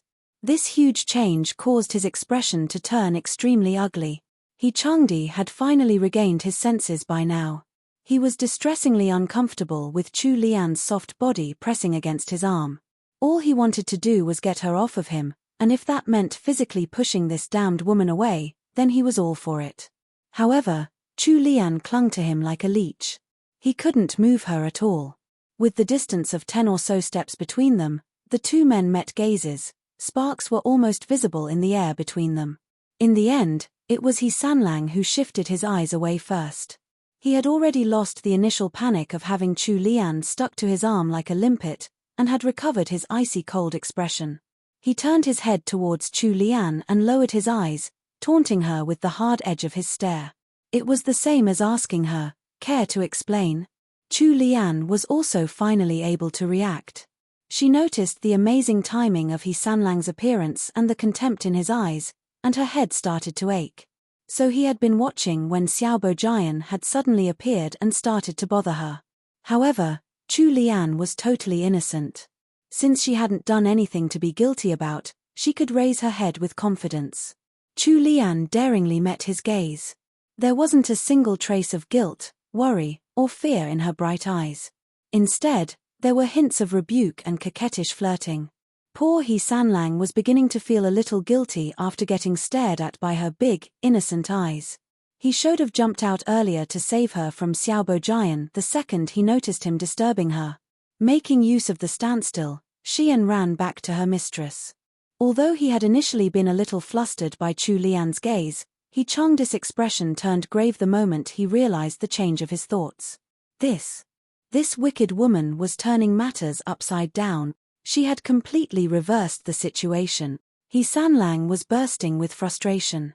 He wanted to expose this wicked woman, but she was clinging onto his arm and acting as if they were a couple madly in love. Anyone who saw this wouldn't believe that she was an adulterer at all. Madame Rong's maidservant, China, who had gone to the east compound to get the burn salve, finally returned. When China spotted Xiaobo Jian standing in a pavilion in the inner court, she almost leapt in fright. She immediately looked for Chu Lian's figure.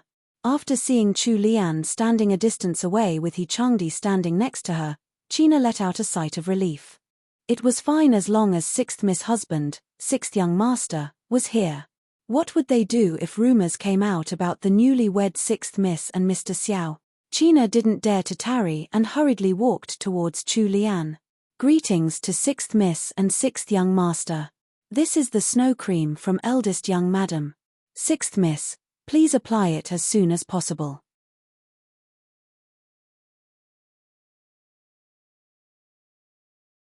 Chapter 28 Explanations 2. This chapter has been stolen from Volara novels. Please read from the original source. Xian received the snow cream from China and pulled up Chu Lian's slightly long sleeves. She then gently applied the milky, translucent cream onto the slight swell of the blister on the back of Chu Lian's hand. It hurt a little when Xian touched it, so Chu Lian jerked out of reflex. Her brows started to furrow. Xian's heart ached for her mistress. 6th Miss, please bear with it for a moment. It will be done soon. He Sanlang was standing next to Chu Lian, so he could see that burn on her hand out of the corner of his eyes. His brows also unconsciously began to draw together. After Xian applied a thin layer of the snow cream to the blister, Chu Lian carelessly used her sleeve to hide it. He Sanlang turned away like he had been caught staring at something he shouldn't have.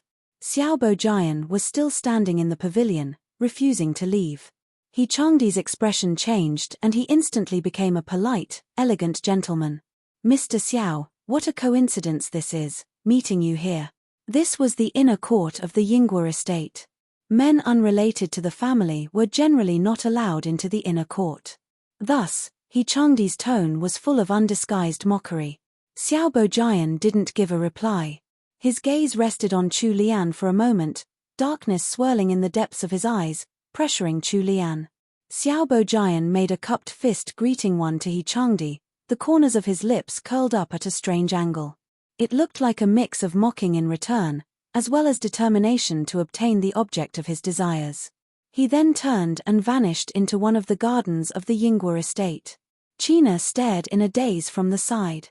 Although she wanted to report this to Madame Rong, she had felt Xiao Bojian's icy gaze linger on her before he had left, so she subconsciously decided to keep whatever she had seen to herself.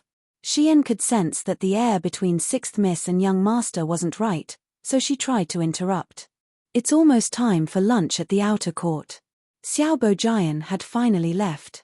Although the last look he had cast at her before leaving made Chu Lian feel extremely uncomfortable, she was going to live in the Jing'an estate from now on. They were probably never going to meet again, so she didn't need to worry about it for the time being. The hold she had around He Sanlang's arm loosened. He Sanlang felt the change and tossed away Chu Lian's arms forcefully, coldly harumphing once. Following that, he bent down and whispered to her in a voice that only the two of them could hear. "My dear wife, I would love to hear your grand explanation for today when we get back home." Then he pulled away, letting the threat linger with her. Chu Lian inwardly wailed in anguish. Xiao Bojian had come to find her of his own accord. How was she supposed to explain that? She had even been trying to avoid him. After that, it was time to eat lunch with the various senior family members in the Yinghua estate. The men and women sat in separate areas. Old Duke Yinghua personally accompanied He Sanlang to drink over at the men's side, while it was much more casual for Chu Lian. In the beginning, Madame Rong led a toast for Chu Lian. Then, they simply had lunch in quiet. Chu Lian wasn't familiar with the madams and ladies of House Yinghua at all, so she naturally didn't have anything to say. Google Tag. CMD Push, Function, Google Tag. Display, div GPT add 1505873300429-0. It wasn't until close to dusk that He Sanlang and Chu Lian were escorted to the estate's entrance by the people of House Yinghua. Perhaps He Sanlang had drunk too much due to his anger at Xiao Bojian in the afternoon. Even now, the smell of alcohol still clung to him. Chu Lian was worried that he would fall off his horse if he tried to ride it now, so she got Lai Yu to support He Sanlang up the carriage. It was only after seeing Lai Yu set her husband down properly in the carriage that Chu Lian got on.